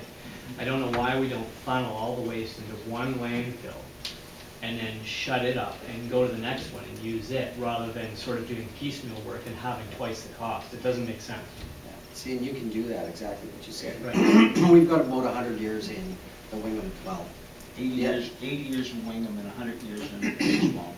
And the one in the... Yeah. But I mean, if you look at our numbers from the last year of how much waste we're actually putting into the landfill site, that the years have gone up. Absolutely. I was going to say those 80 to 100 years were based on former fill rates, which we have now decreased substantially. So you wouldn't close the site, you would just, It would be dormant. inactive. Exactly. The one thing that I think we definitely have to look at is cost per cubic meter that goes in. And that is very expensive if we're using fill cover for half of the volume that we're doing. So that I think there has to be a program where we use one landfill site at a time. That I can see us putting at least a temporary cap in, and that the ability to use it at some further time if that was the way we wanted to go with it. it's definitely, the waste management doesn't seem to be high on people's radar. That, as Councillor Campbell said, that we had two councillors. Actually, in Belgrave, I was representing the county. But we had almost twice as big a crowd as we did to the south end of the county the following week in Hensel, or the following night in Hensel. But basically, it was only staff of municipalities that showed up, nobody from the public. But, Your Worship, I mean, we're not, the reporting part of this has nothing to do with whether we're gonna, Yes. you know, send the site dormant or not. That's for a larger discussion in the Yeah. strategic planning session. But for now, I would make a motion that we look at pursuing option 1 and trialing that. I'll second that motion. Okay.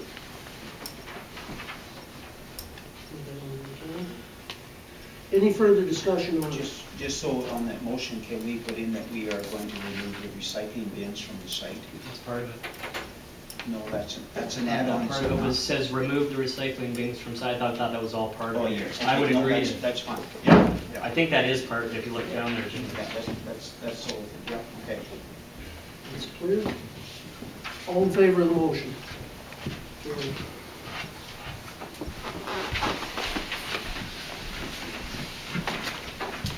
Anything else? Okay, There will be signage book and that, right? point 5, utility department, Don? Thanks. So the environmental assessment report, we're still on schedule here. It should be posted the first week of November, and about 3/4 of the way through it. So there's a few things we need to do with it yet, but we'll look for that first week of November. We've received the Blythe Water MOE inspection report, and actually there's no issues with that one, so that was good.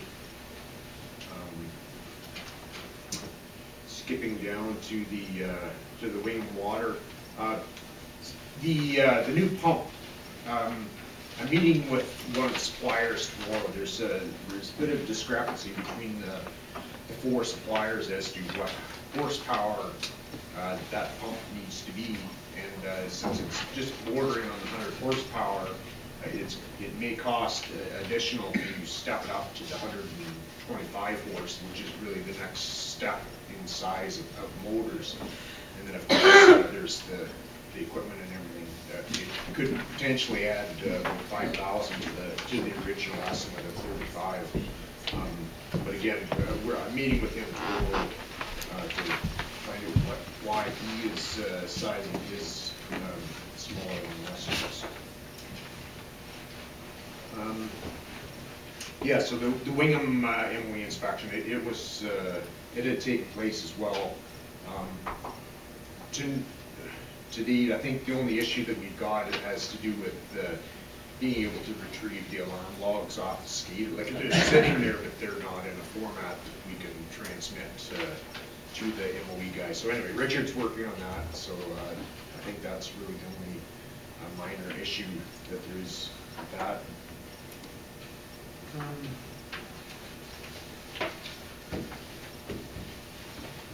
Yeah, and so we got the surveillance audit done, and we did have some minor non-conformities. It's a bit of a challenge. There's a lot of preparatory paperwork that needs to be done to get these things cleared off the books. So anyway, Kylie had she just fresh back from some training on that. So between us in the next week or two, we have until November the 20th to get those cleared up. So it's a priority for us to get those done. And other than that, the only other thing major thing that we're kind of working on is the condition assessments for all the sanitary sewers and water mains and equipment type of thing. We're about 40% completed, but we're kind of under the gun to get that back to Donna, so she has a bit of time to get her stuff done with it too. So So that's burning up a fair bit of our time too. Other than that, is there any questions? Could you give me an answer for the Belgrade water, they're number 3? As far as the municipal well? Yes, the township well, that's the well at the township office, is it not? Yeah, it's been abandoned. That was abandoned apparently. I phoned Ralph actually about that. And that was originally a well that was as an emergency backup for the Humphrey system. But the tests weren't coming back good, so it was abandoned as soon as Humphrey, the Jane McCrae system came online, and that was its cap filled with cement and properly. So this will be done in 2013 budget, will be nothing in 2014, we're done then with that? Or do we pay a year for this, like it says, let it lapse? Yeah, that's correct, yeah, you really, I would have thought when it was properly abandoned by a well contractor, that they have to submit a whole whack of paperwork, and one would think that that paperwork would, rescind the permit to take water, but apparently not. So they just said, just let it lapse and die a slow death.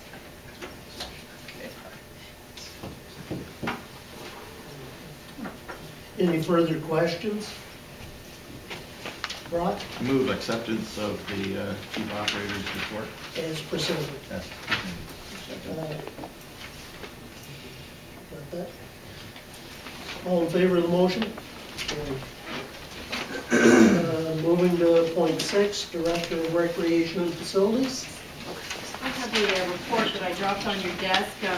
Apologize, it wasn't ready for circulation.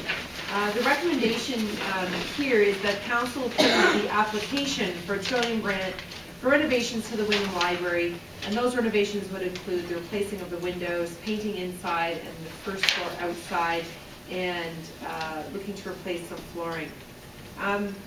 We had planned in this year to paint the windows and restore them. However, in further investigation, we're better off to replace them. The cost to renovate them was almost the same as replacing them. So, and other projects took priority. So taking a step back and looking at what everything that building needs, we would like to apply for a Trillium grant, use the $12,000 that we already have in the budget, or it has been budgeted over the past 2 years, $6,000 in 2012 and then $6,000 again in 2013. So the money is there in reserves, and make it a 2014 project. Apply for the balance of the costs to do all of this through a Trillium grant, and hopefully we would be successful. So I'm looking for council support for the application of the Trillium grant. Councillor McGowan and Councillor Campbell. Further discussion? Councillor Bailey. $12,000 we have in reserves, that was earmarked for that project. Yes, it was. We're not taking it out of any other project. Nope. All in favor of the motion? Carried. Thank you. Thanks, Pat. Okay, moving to new business. Item number 1. Seconded by Councillor Campbell. All in favor? Carried. Okay, point number 2 in new business. Your Worship, I think this item needs some thought. I know that there are a number of groups that are sitting down to discuss what the appropriate way is to recognize Ms. Monroe's recent achievement of the Nobel Prize in Literature.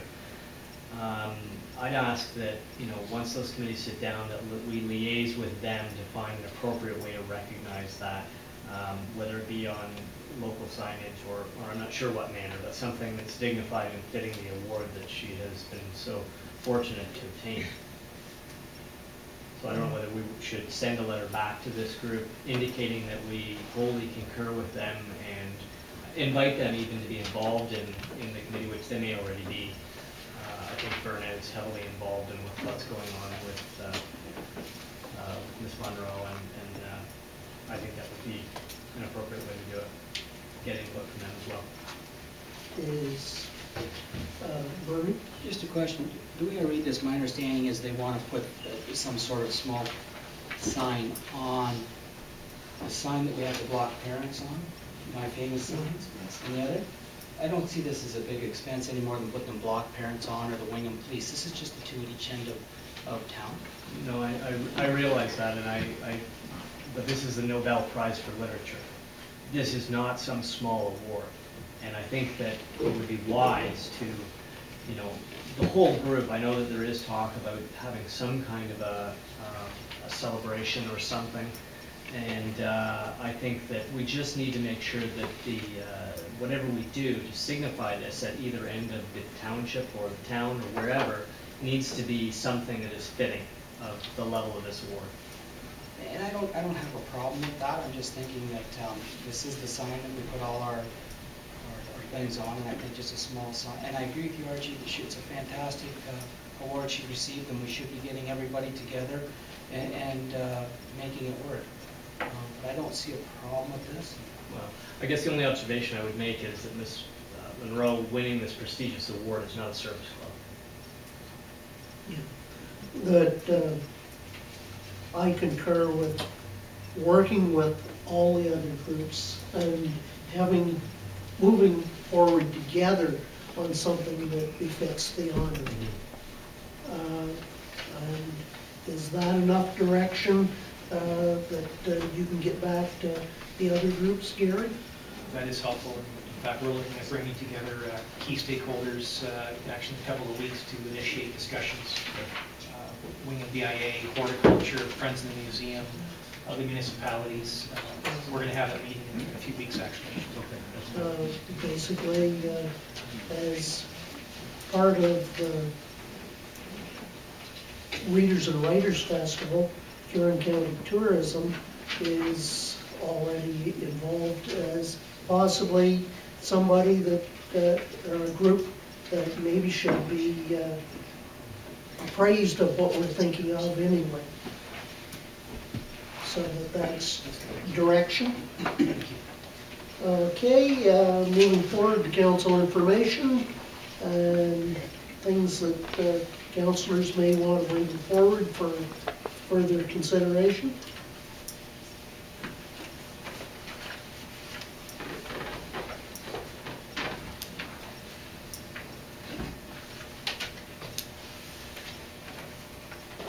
Your Worship, I think it would be appropriate. I know the police board the other day did accept Chair Ender's resignation with regret, but I think it may be appropriate to do it this body as well, because I think council appoints that position. So I would, with regret, make that motion.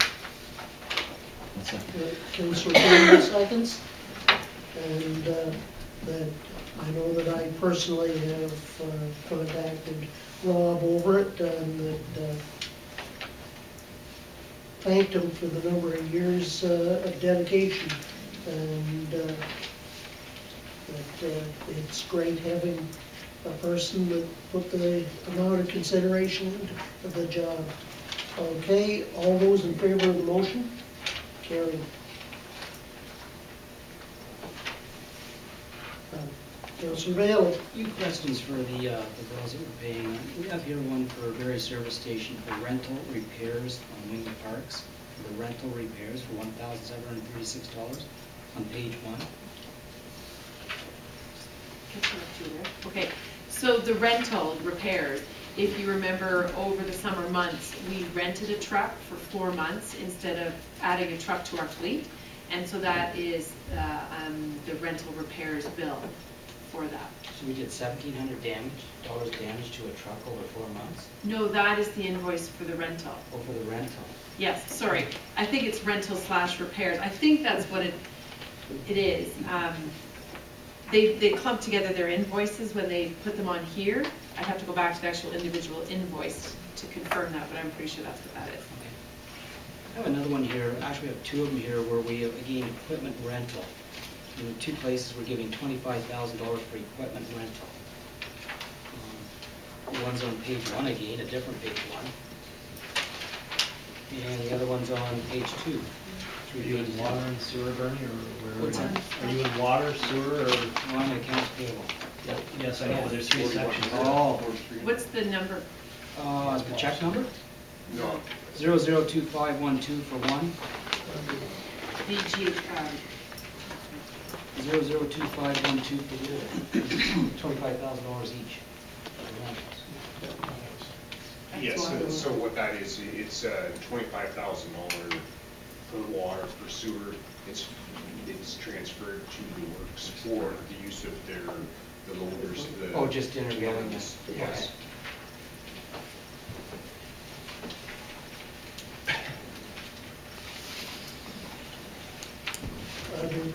Councillor This is Halliday? on page 12, MTC Consultants Incorporated, substance inspection, 8,300. that is, if you remember back at budget time, we put money aside to get our hazardous materials assessment for our facilities, asbestos specifically. And so that is a portion of the invoice. All the inspections and samples have been taken. And now we're just waiting on those reports, which should be here by the end of the month. Okay, thank you.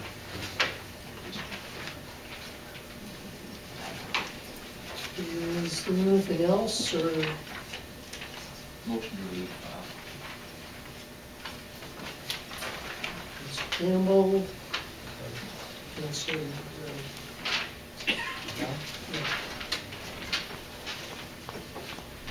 all in favor?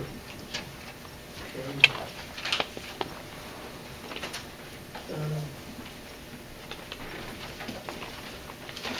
Correspondence, included in that, Councillor Campbell?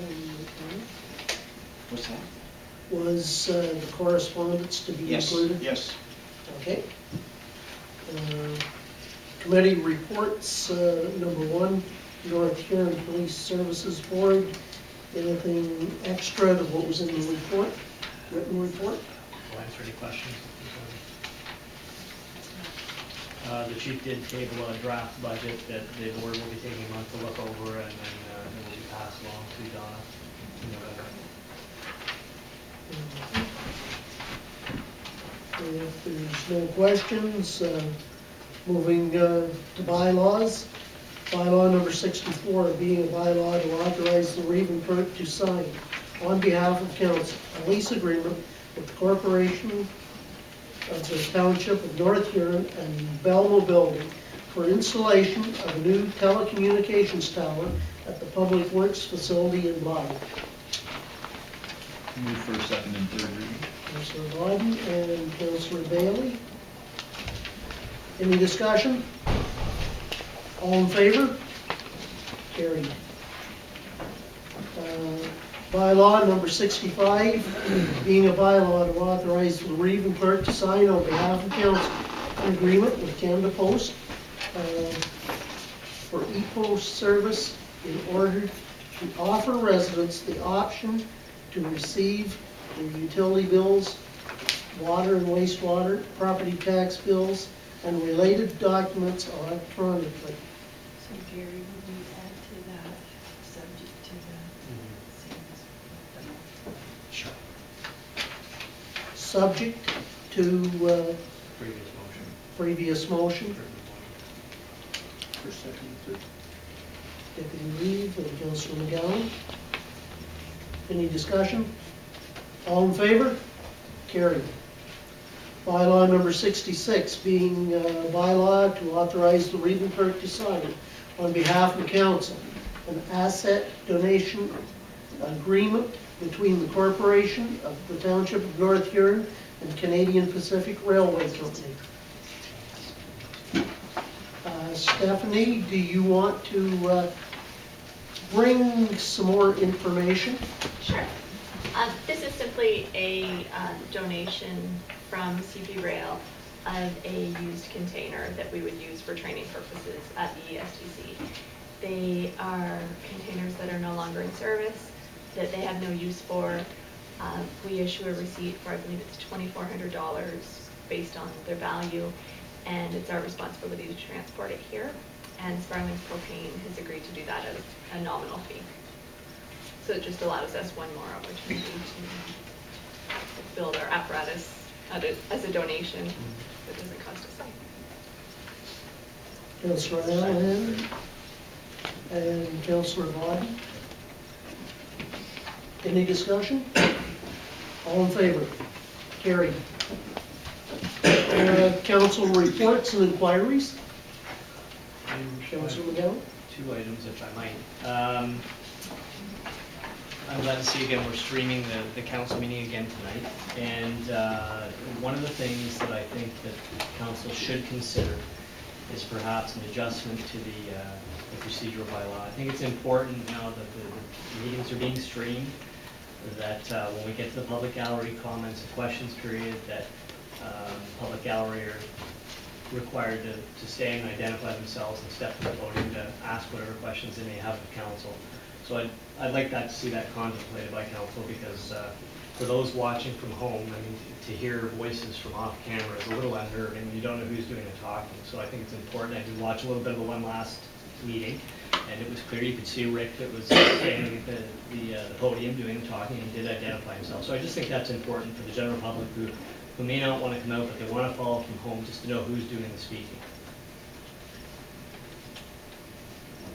So I don't know if you want to bring back something that's an adjustment to the procedural bylaw that would, get that in. It already is. Yeah. We went through this when we weren't here, actually. Well, They should be coming up to Well, it. I've looked at the procedural bylaw and I didn't see it in there. Well, it should be, because we had them coming up to the podium for quite a while. Well, so then it's an easy adjustment then, because from what I've seen since I've gotten back, people haven't been doing it, so we can just do, I think now it's even more important though. It's more important. The meetings are being live streamed, I think that the public, for transparency and everything else. So if you can look into that, Jerry. The other thing I wanted to bring up was, I know that council at one point tinkered with code of conduct.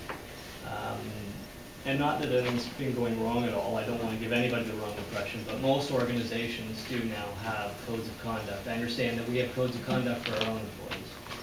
And so I would like to see some kind of a draft brought forward, a simplified draft for all of us for a code of conduct. I don't think it has to be complicated.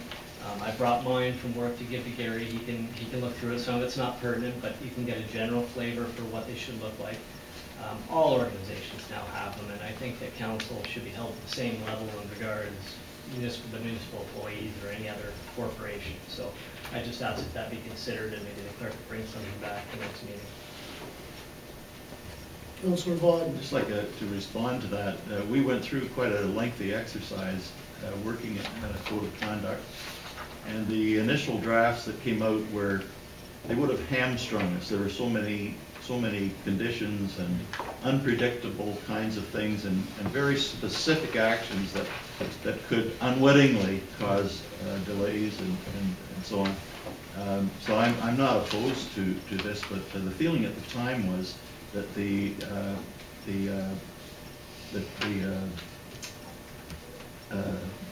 procedural bylaw really covered everything that is important in the code of conduct. So we felt that was adequate at the time. So that's another consideration. Are there any factors missing in the procedural bylaw as it was revised? And so should there in fact be a code of conduct that gets into more detail? Councillor Bailey. I have to agree with Councillor Bowden on this one. When we went through this before, it was getting to the point where councillors weren't going to show up for their job because everything was just battened right down, and I don't think the public takes the time to vote for us to have us not be able to do our job. I think we can all handle it in a manner that's befitting the council chambers, and I just don't see wasting more time on it. We spend a lot of time on it. Your Worship, I don't really think this is that complicated a thing, nor do I think it needs to be an expansive document. I mean, our code of conduct at our place of employment is 4 pages long. It's not that complicated. You could probably write one on the side of a dinner napkin. We are a professional organization. I agree with some of what Councillor Vaughn has said, that the code of procedure bylaw does cover some things, but I think that there does need to be an appropriate code of conduct for council members. I don't see how it would hamstring us doing our jobs, as Councillor Bailey has said. You know, like in ours, there's prohibited conduct, which involves verbal abuse or use of profanity or different things like that. It doesn't have to be complicated. Nothing prohibits a counselor from doing his job or her job. It's just the method in which they do it. You know, I'll send you a professional- copy in a of the professional- draft that we had. Well, Your worship, in all fairness, I don't need to see the draft. I don't need to see a 10-page diatribe. It doesn't need to be that complicated. I'm just saying that we need a simple document that would lay out, you know, guidelines. That's all they are for conduct. And I don't think employees of our organization should be held to a higher standard than we hold ourselves. And all businesses, I don't know them that don't have a code of conduct, and it's usually recommended by most legal firms now, just to protect the actual people that are covered by the code. So I would strongly recommend that we do it. And I would make a motion to instruct the clerk to go ahead. Is there a seconder for the motion? Councillor Campbell. And my understanding is that points that may not be covered in our procedural bylaw is the emphasis. Councillor Wyden. There are also some key points in the oath of office that we take before when we join council. And they are critical areas. Nothing wrong with repeating them in the code of conduct. Okay. Further discussion? All in favor of the motion? Carried. Other points? Deputy Reid. This past week, I was heading south out of Blythe, and there was a pickup truck coming down County Road 25, and he got just about halfway across the intersection. If I had been 3 seconds sooner, I would have been T-boned. So if you drive out, or if you come in on County Road 25 from Auburn to Blythe, the speed limit is 90 kilometers an hour right up to the stop sign. There are some speed or rumble strips there, but obviously people don't always pay attention. And then it brought to my attention that about 3 weeks ago there was a rear-end collision at that same stop sign because the person didn't slow down soon enough and didn't realize the stop sign was there, I guess, but there was a rear-end collision. So I'm going to make a motion that we request County Council install 50 kilometer per hour speed limit signs 100 meters west of Thresher's Lane through to the stop sign on County Road 25 in Blythe. Second. Just one question, Your Worship. Certainly. I actually am in favor of this motion. The only thing that I would add to it is maybe also to the east. I don't know how much of a problem is the east, but There is a reduced speed zone. it is there only reduced speed there? Okay. Then I would fully support the motion. Can I add to the motion that we put a red flashing light on top of the stop sign just to make it more visible? That would be the request of the county as well, through Your Worship. I'll agree to that in the motion. Okay. Councillor Campbell. I would like to see that in 2 motions, because we've already talked about the stoplight on top of that once before. We might have a better chance of getting some reduced speed signs if we have 2 separate motions here. They may look at the one and say, we've already talked about it. I want to make sure that there's reduced speed signs on the other side of it. There already is.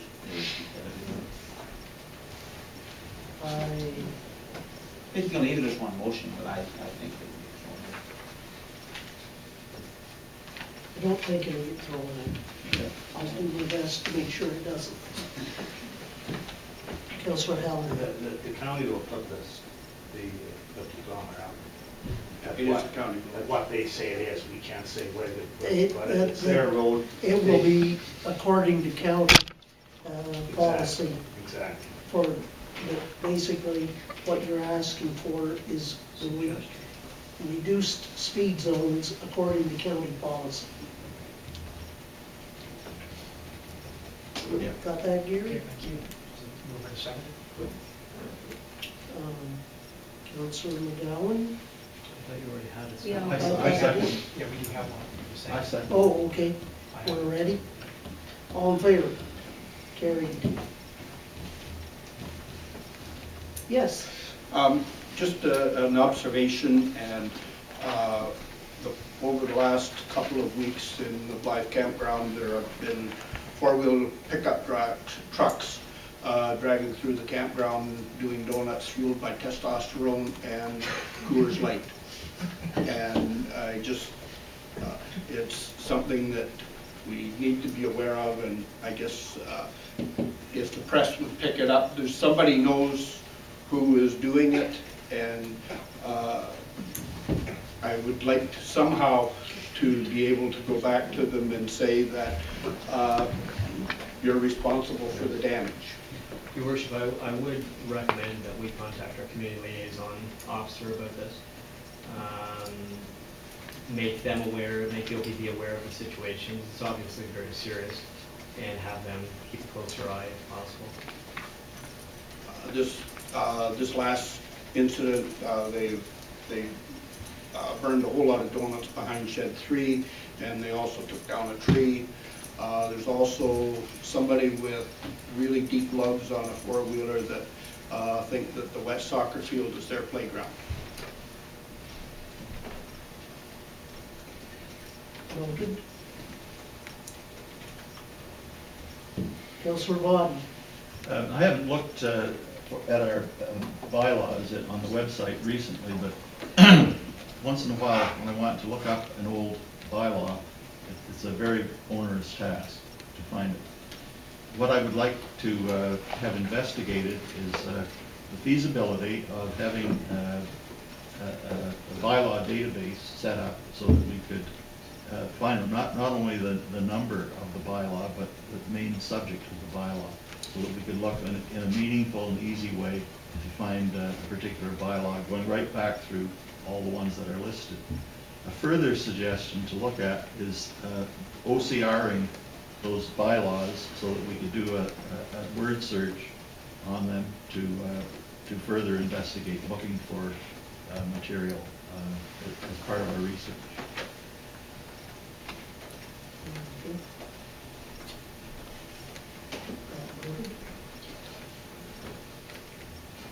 Any other council concerns?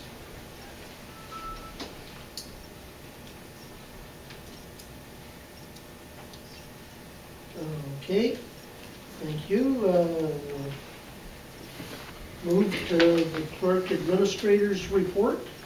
Okay, thank you, Reeve. Just a couple of things. The electric vehicle charging unit has been installed across the street in front of the museum. It's almost operational. We're looking at having an official launch the first week of November, and I'll inform you of the date of when we'll actually officially commission the unit. Also wanted to remind you that this week is local government week, and we sent letters to the 3 elementary schools in the area, as well as the local high school. I know that Reeve Vincent was interviewed by a teacher from Effie Medill last week, and that interview was going to be part of their discussion about civics and local government. I'm also pleased to note that I've been asked by Mainland River School, Hullet Central, and Sacred Heart to attend their schools this week and give a presentation on municipal government to the grade 5 civics class. So I'll look forward to that opportunity. Thank you. That's it. Okay. Public gallery questions and/or comments? I guess, Trevor, come Sure. to the podium so you can be on camera. Yeah. Chris. Yeah. Thank you, Council. Actually, a couple of questions, Vincent to Donna, one on the source protection. Is that funding expected to cover, like I know it was cost 15 to 22,000 for our cost. Was the funding over the 3 years going to offset? How much of that funding was expected to offset that cost? I think Dawn can answer that better than. Like, was it 50%? Was it 10%? Like, Actually, 13.5 million divided as the percentage of. yeah, I honestly can't answer that because have you, I was just going to say that we're supposed to get more information from the province this fall. Okay. About the funding and eligibility and the amounts that municipalities will be entitled to. right, because that's ultimately the question, right? If we're covering our offset with that, then we're talking about, yeah, it's been downgraded, it's been down pushed by the government, but if it's being offset by government funding, then they're taking some of the brunt as well. About the voting turnout and so we have, this is a comment more than anything. We have a very significant demographic shift in the township of North Huron. Meaning we have all the way from senior citizens to 17, 18-year-old, 19-year-old kids, that some take interest in what the township of North Huron does and how it's run. To market that is very difficult, because it's no different in a municipality than it is in the provincial government. They're having the same problems that you are, and they have a lot more money than you are, and they're not getting the voter turnout either.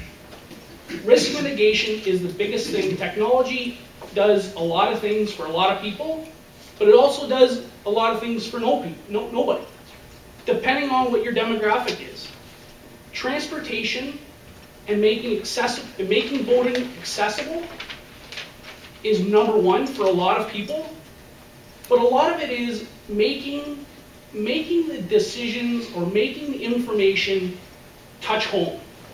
How does my decision to go to the poll affect my life? Because if we make it generic and great big, everybody thinks, what does my one vote count? What does it matter? So to market it, we have to get down to the grassroots and understand to people, how does your vote make a difference? And providing the information to those residents and those ratepayers, that's how you get your information on how their vote can change the way businesses run. We found it out with the liberal field. We found that out. What happens when people get involved? So we have to make sure that they understand what their information is.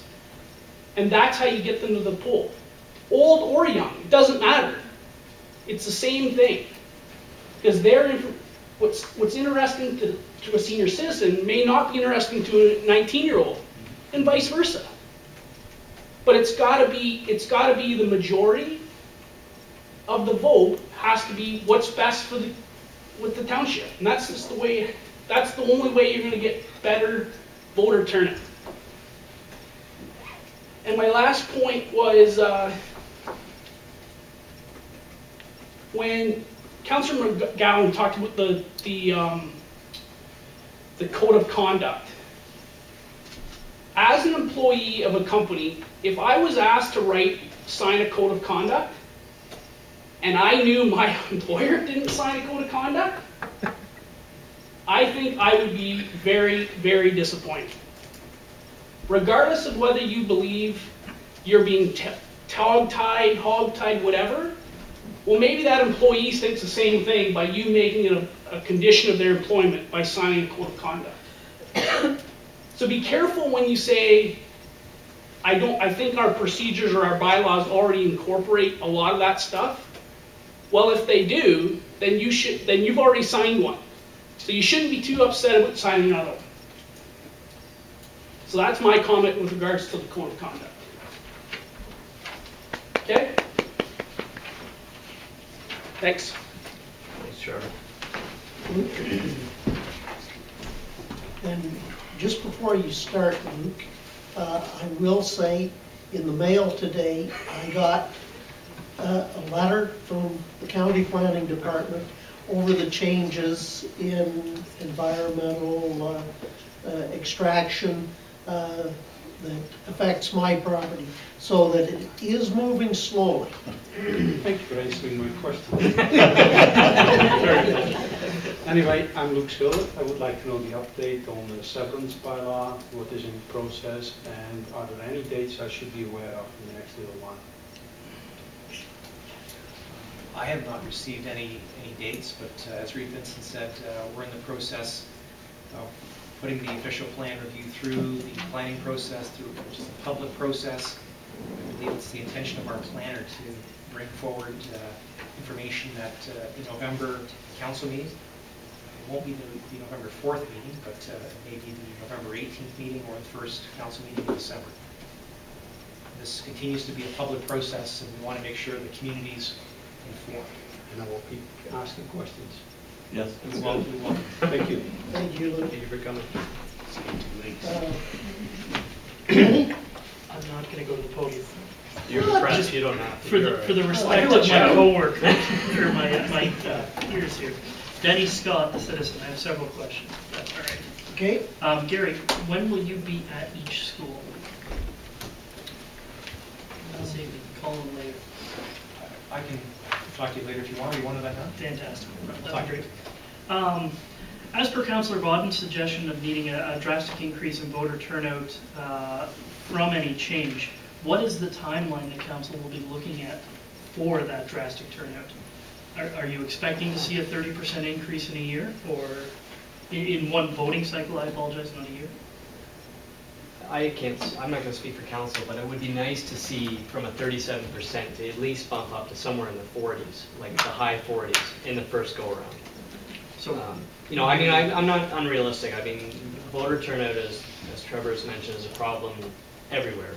And I think if we take a small incremental step, whether it's through better engagement of the public or different voting methods, even something that gets us close to that 50% mark, I think is a good thing. If I may, Denny, I'll add that South Bruce at 51% in the last election had numerous candidates. They had a competition for most positions, and that makes a difference in activating people to get out and vote for them, whoever they want, the more positions that are contested. Okay, and going back to the e-post, I realized that it turned out to be a moot point, but either to Councillor Bailey or Councillor Wadden, to yourself, Reeve, if you're taking that stance for the jobs at the post office, will a similar stance be taken when looking at servicing the Grandview redevelopment, about keeping the jobs in North Huron? I'll answer both those for you, Danny. Number one, it's not a moot point because near the end she did say that we're still putting the flyers out through the post office, physically giving them work, so that needs to continue. At the end she did say no, but it wasn't going good for a while. And yes, we have already made, I've already asked Gary for the name of the developer up there so that local contractors would have it. I've already given it out. And they've made it very clear that we'll go to local contractors and local developers like homes. So yes, it's going to be a very hard push. Sorry, maybe I wasn't clear. I was talking about the jobs. You were clear. Oh, okay. I was talking about the jobs that would be affected by the new business. Sorry, that could potentially be affected by the new business. The existing businesses in North Huron. Your Worship, do you want me to take it? Just hold on, Arch. Just hold on. So you're asking me when they build the new homes, will that affect the town? No, the Grandview. Oh, okay, I'm thinking of the wing and Grandview stuff. We can't, listen, we can't as councilors honestly sit here and say to you that Jack can have a gas station but Frankie can't. That's not our, we can't do that. So if they decide to put a gas station up, because I'm going to throw that back at you the other way. What if your local gas station closes? Are you going to drive to Clinton or Auburn to get a gallon of gas for your... I guess I'm going to have to. Right, so I don't think it's our position. I mean, we want to take care of our communities, but we can't say that one person can have a bakery and another person can't. It's just not our job. Councillor Vaughn, do you want I just want to respond to the e-post issue. It's not just the jobs, although the jobs go hand in hand. I'm talking about the post office itself. whether it remains in the community or not. And that's a very, very critical thing. Of course, it can't exist without staff, but that's what I'm concerned about. Okay. If I can comment on the post office as well, that's where I get a lot of my community input, is the hour that it takes me to go to the post office. Living next door. More critical is the rural delivery. Yeah. Anything further, Danny? Stephanie, you, yes. I'm Stephanie Curry, for those of you who don't know me. And I just have a couple comments. I'm not often here, so I appreciate Gary inviting me to speak tonight on the bylaw proposal.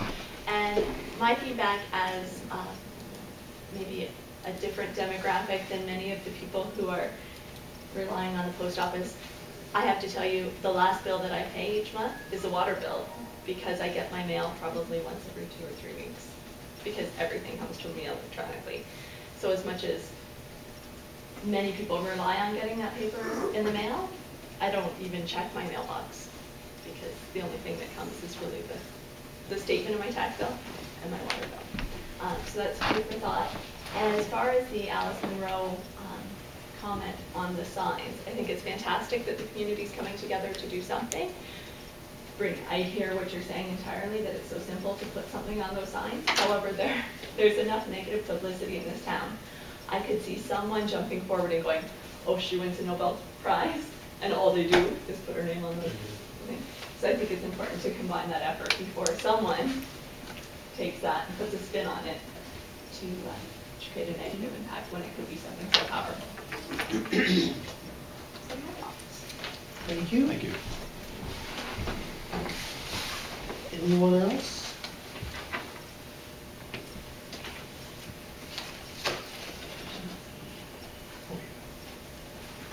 Okay. We do have an item for in camera. Take a motion to go in camera. Deputy Reeve and Councillor Vaught, all in favor? We will have a short recess now.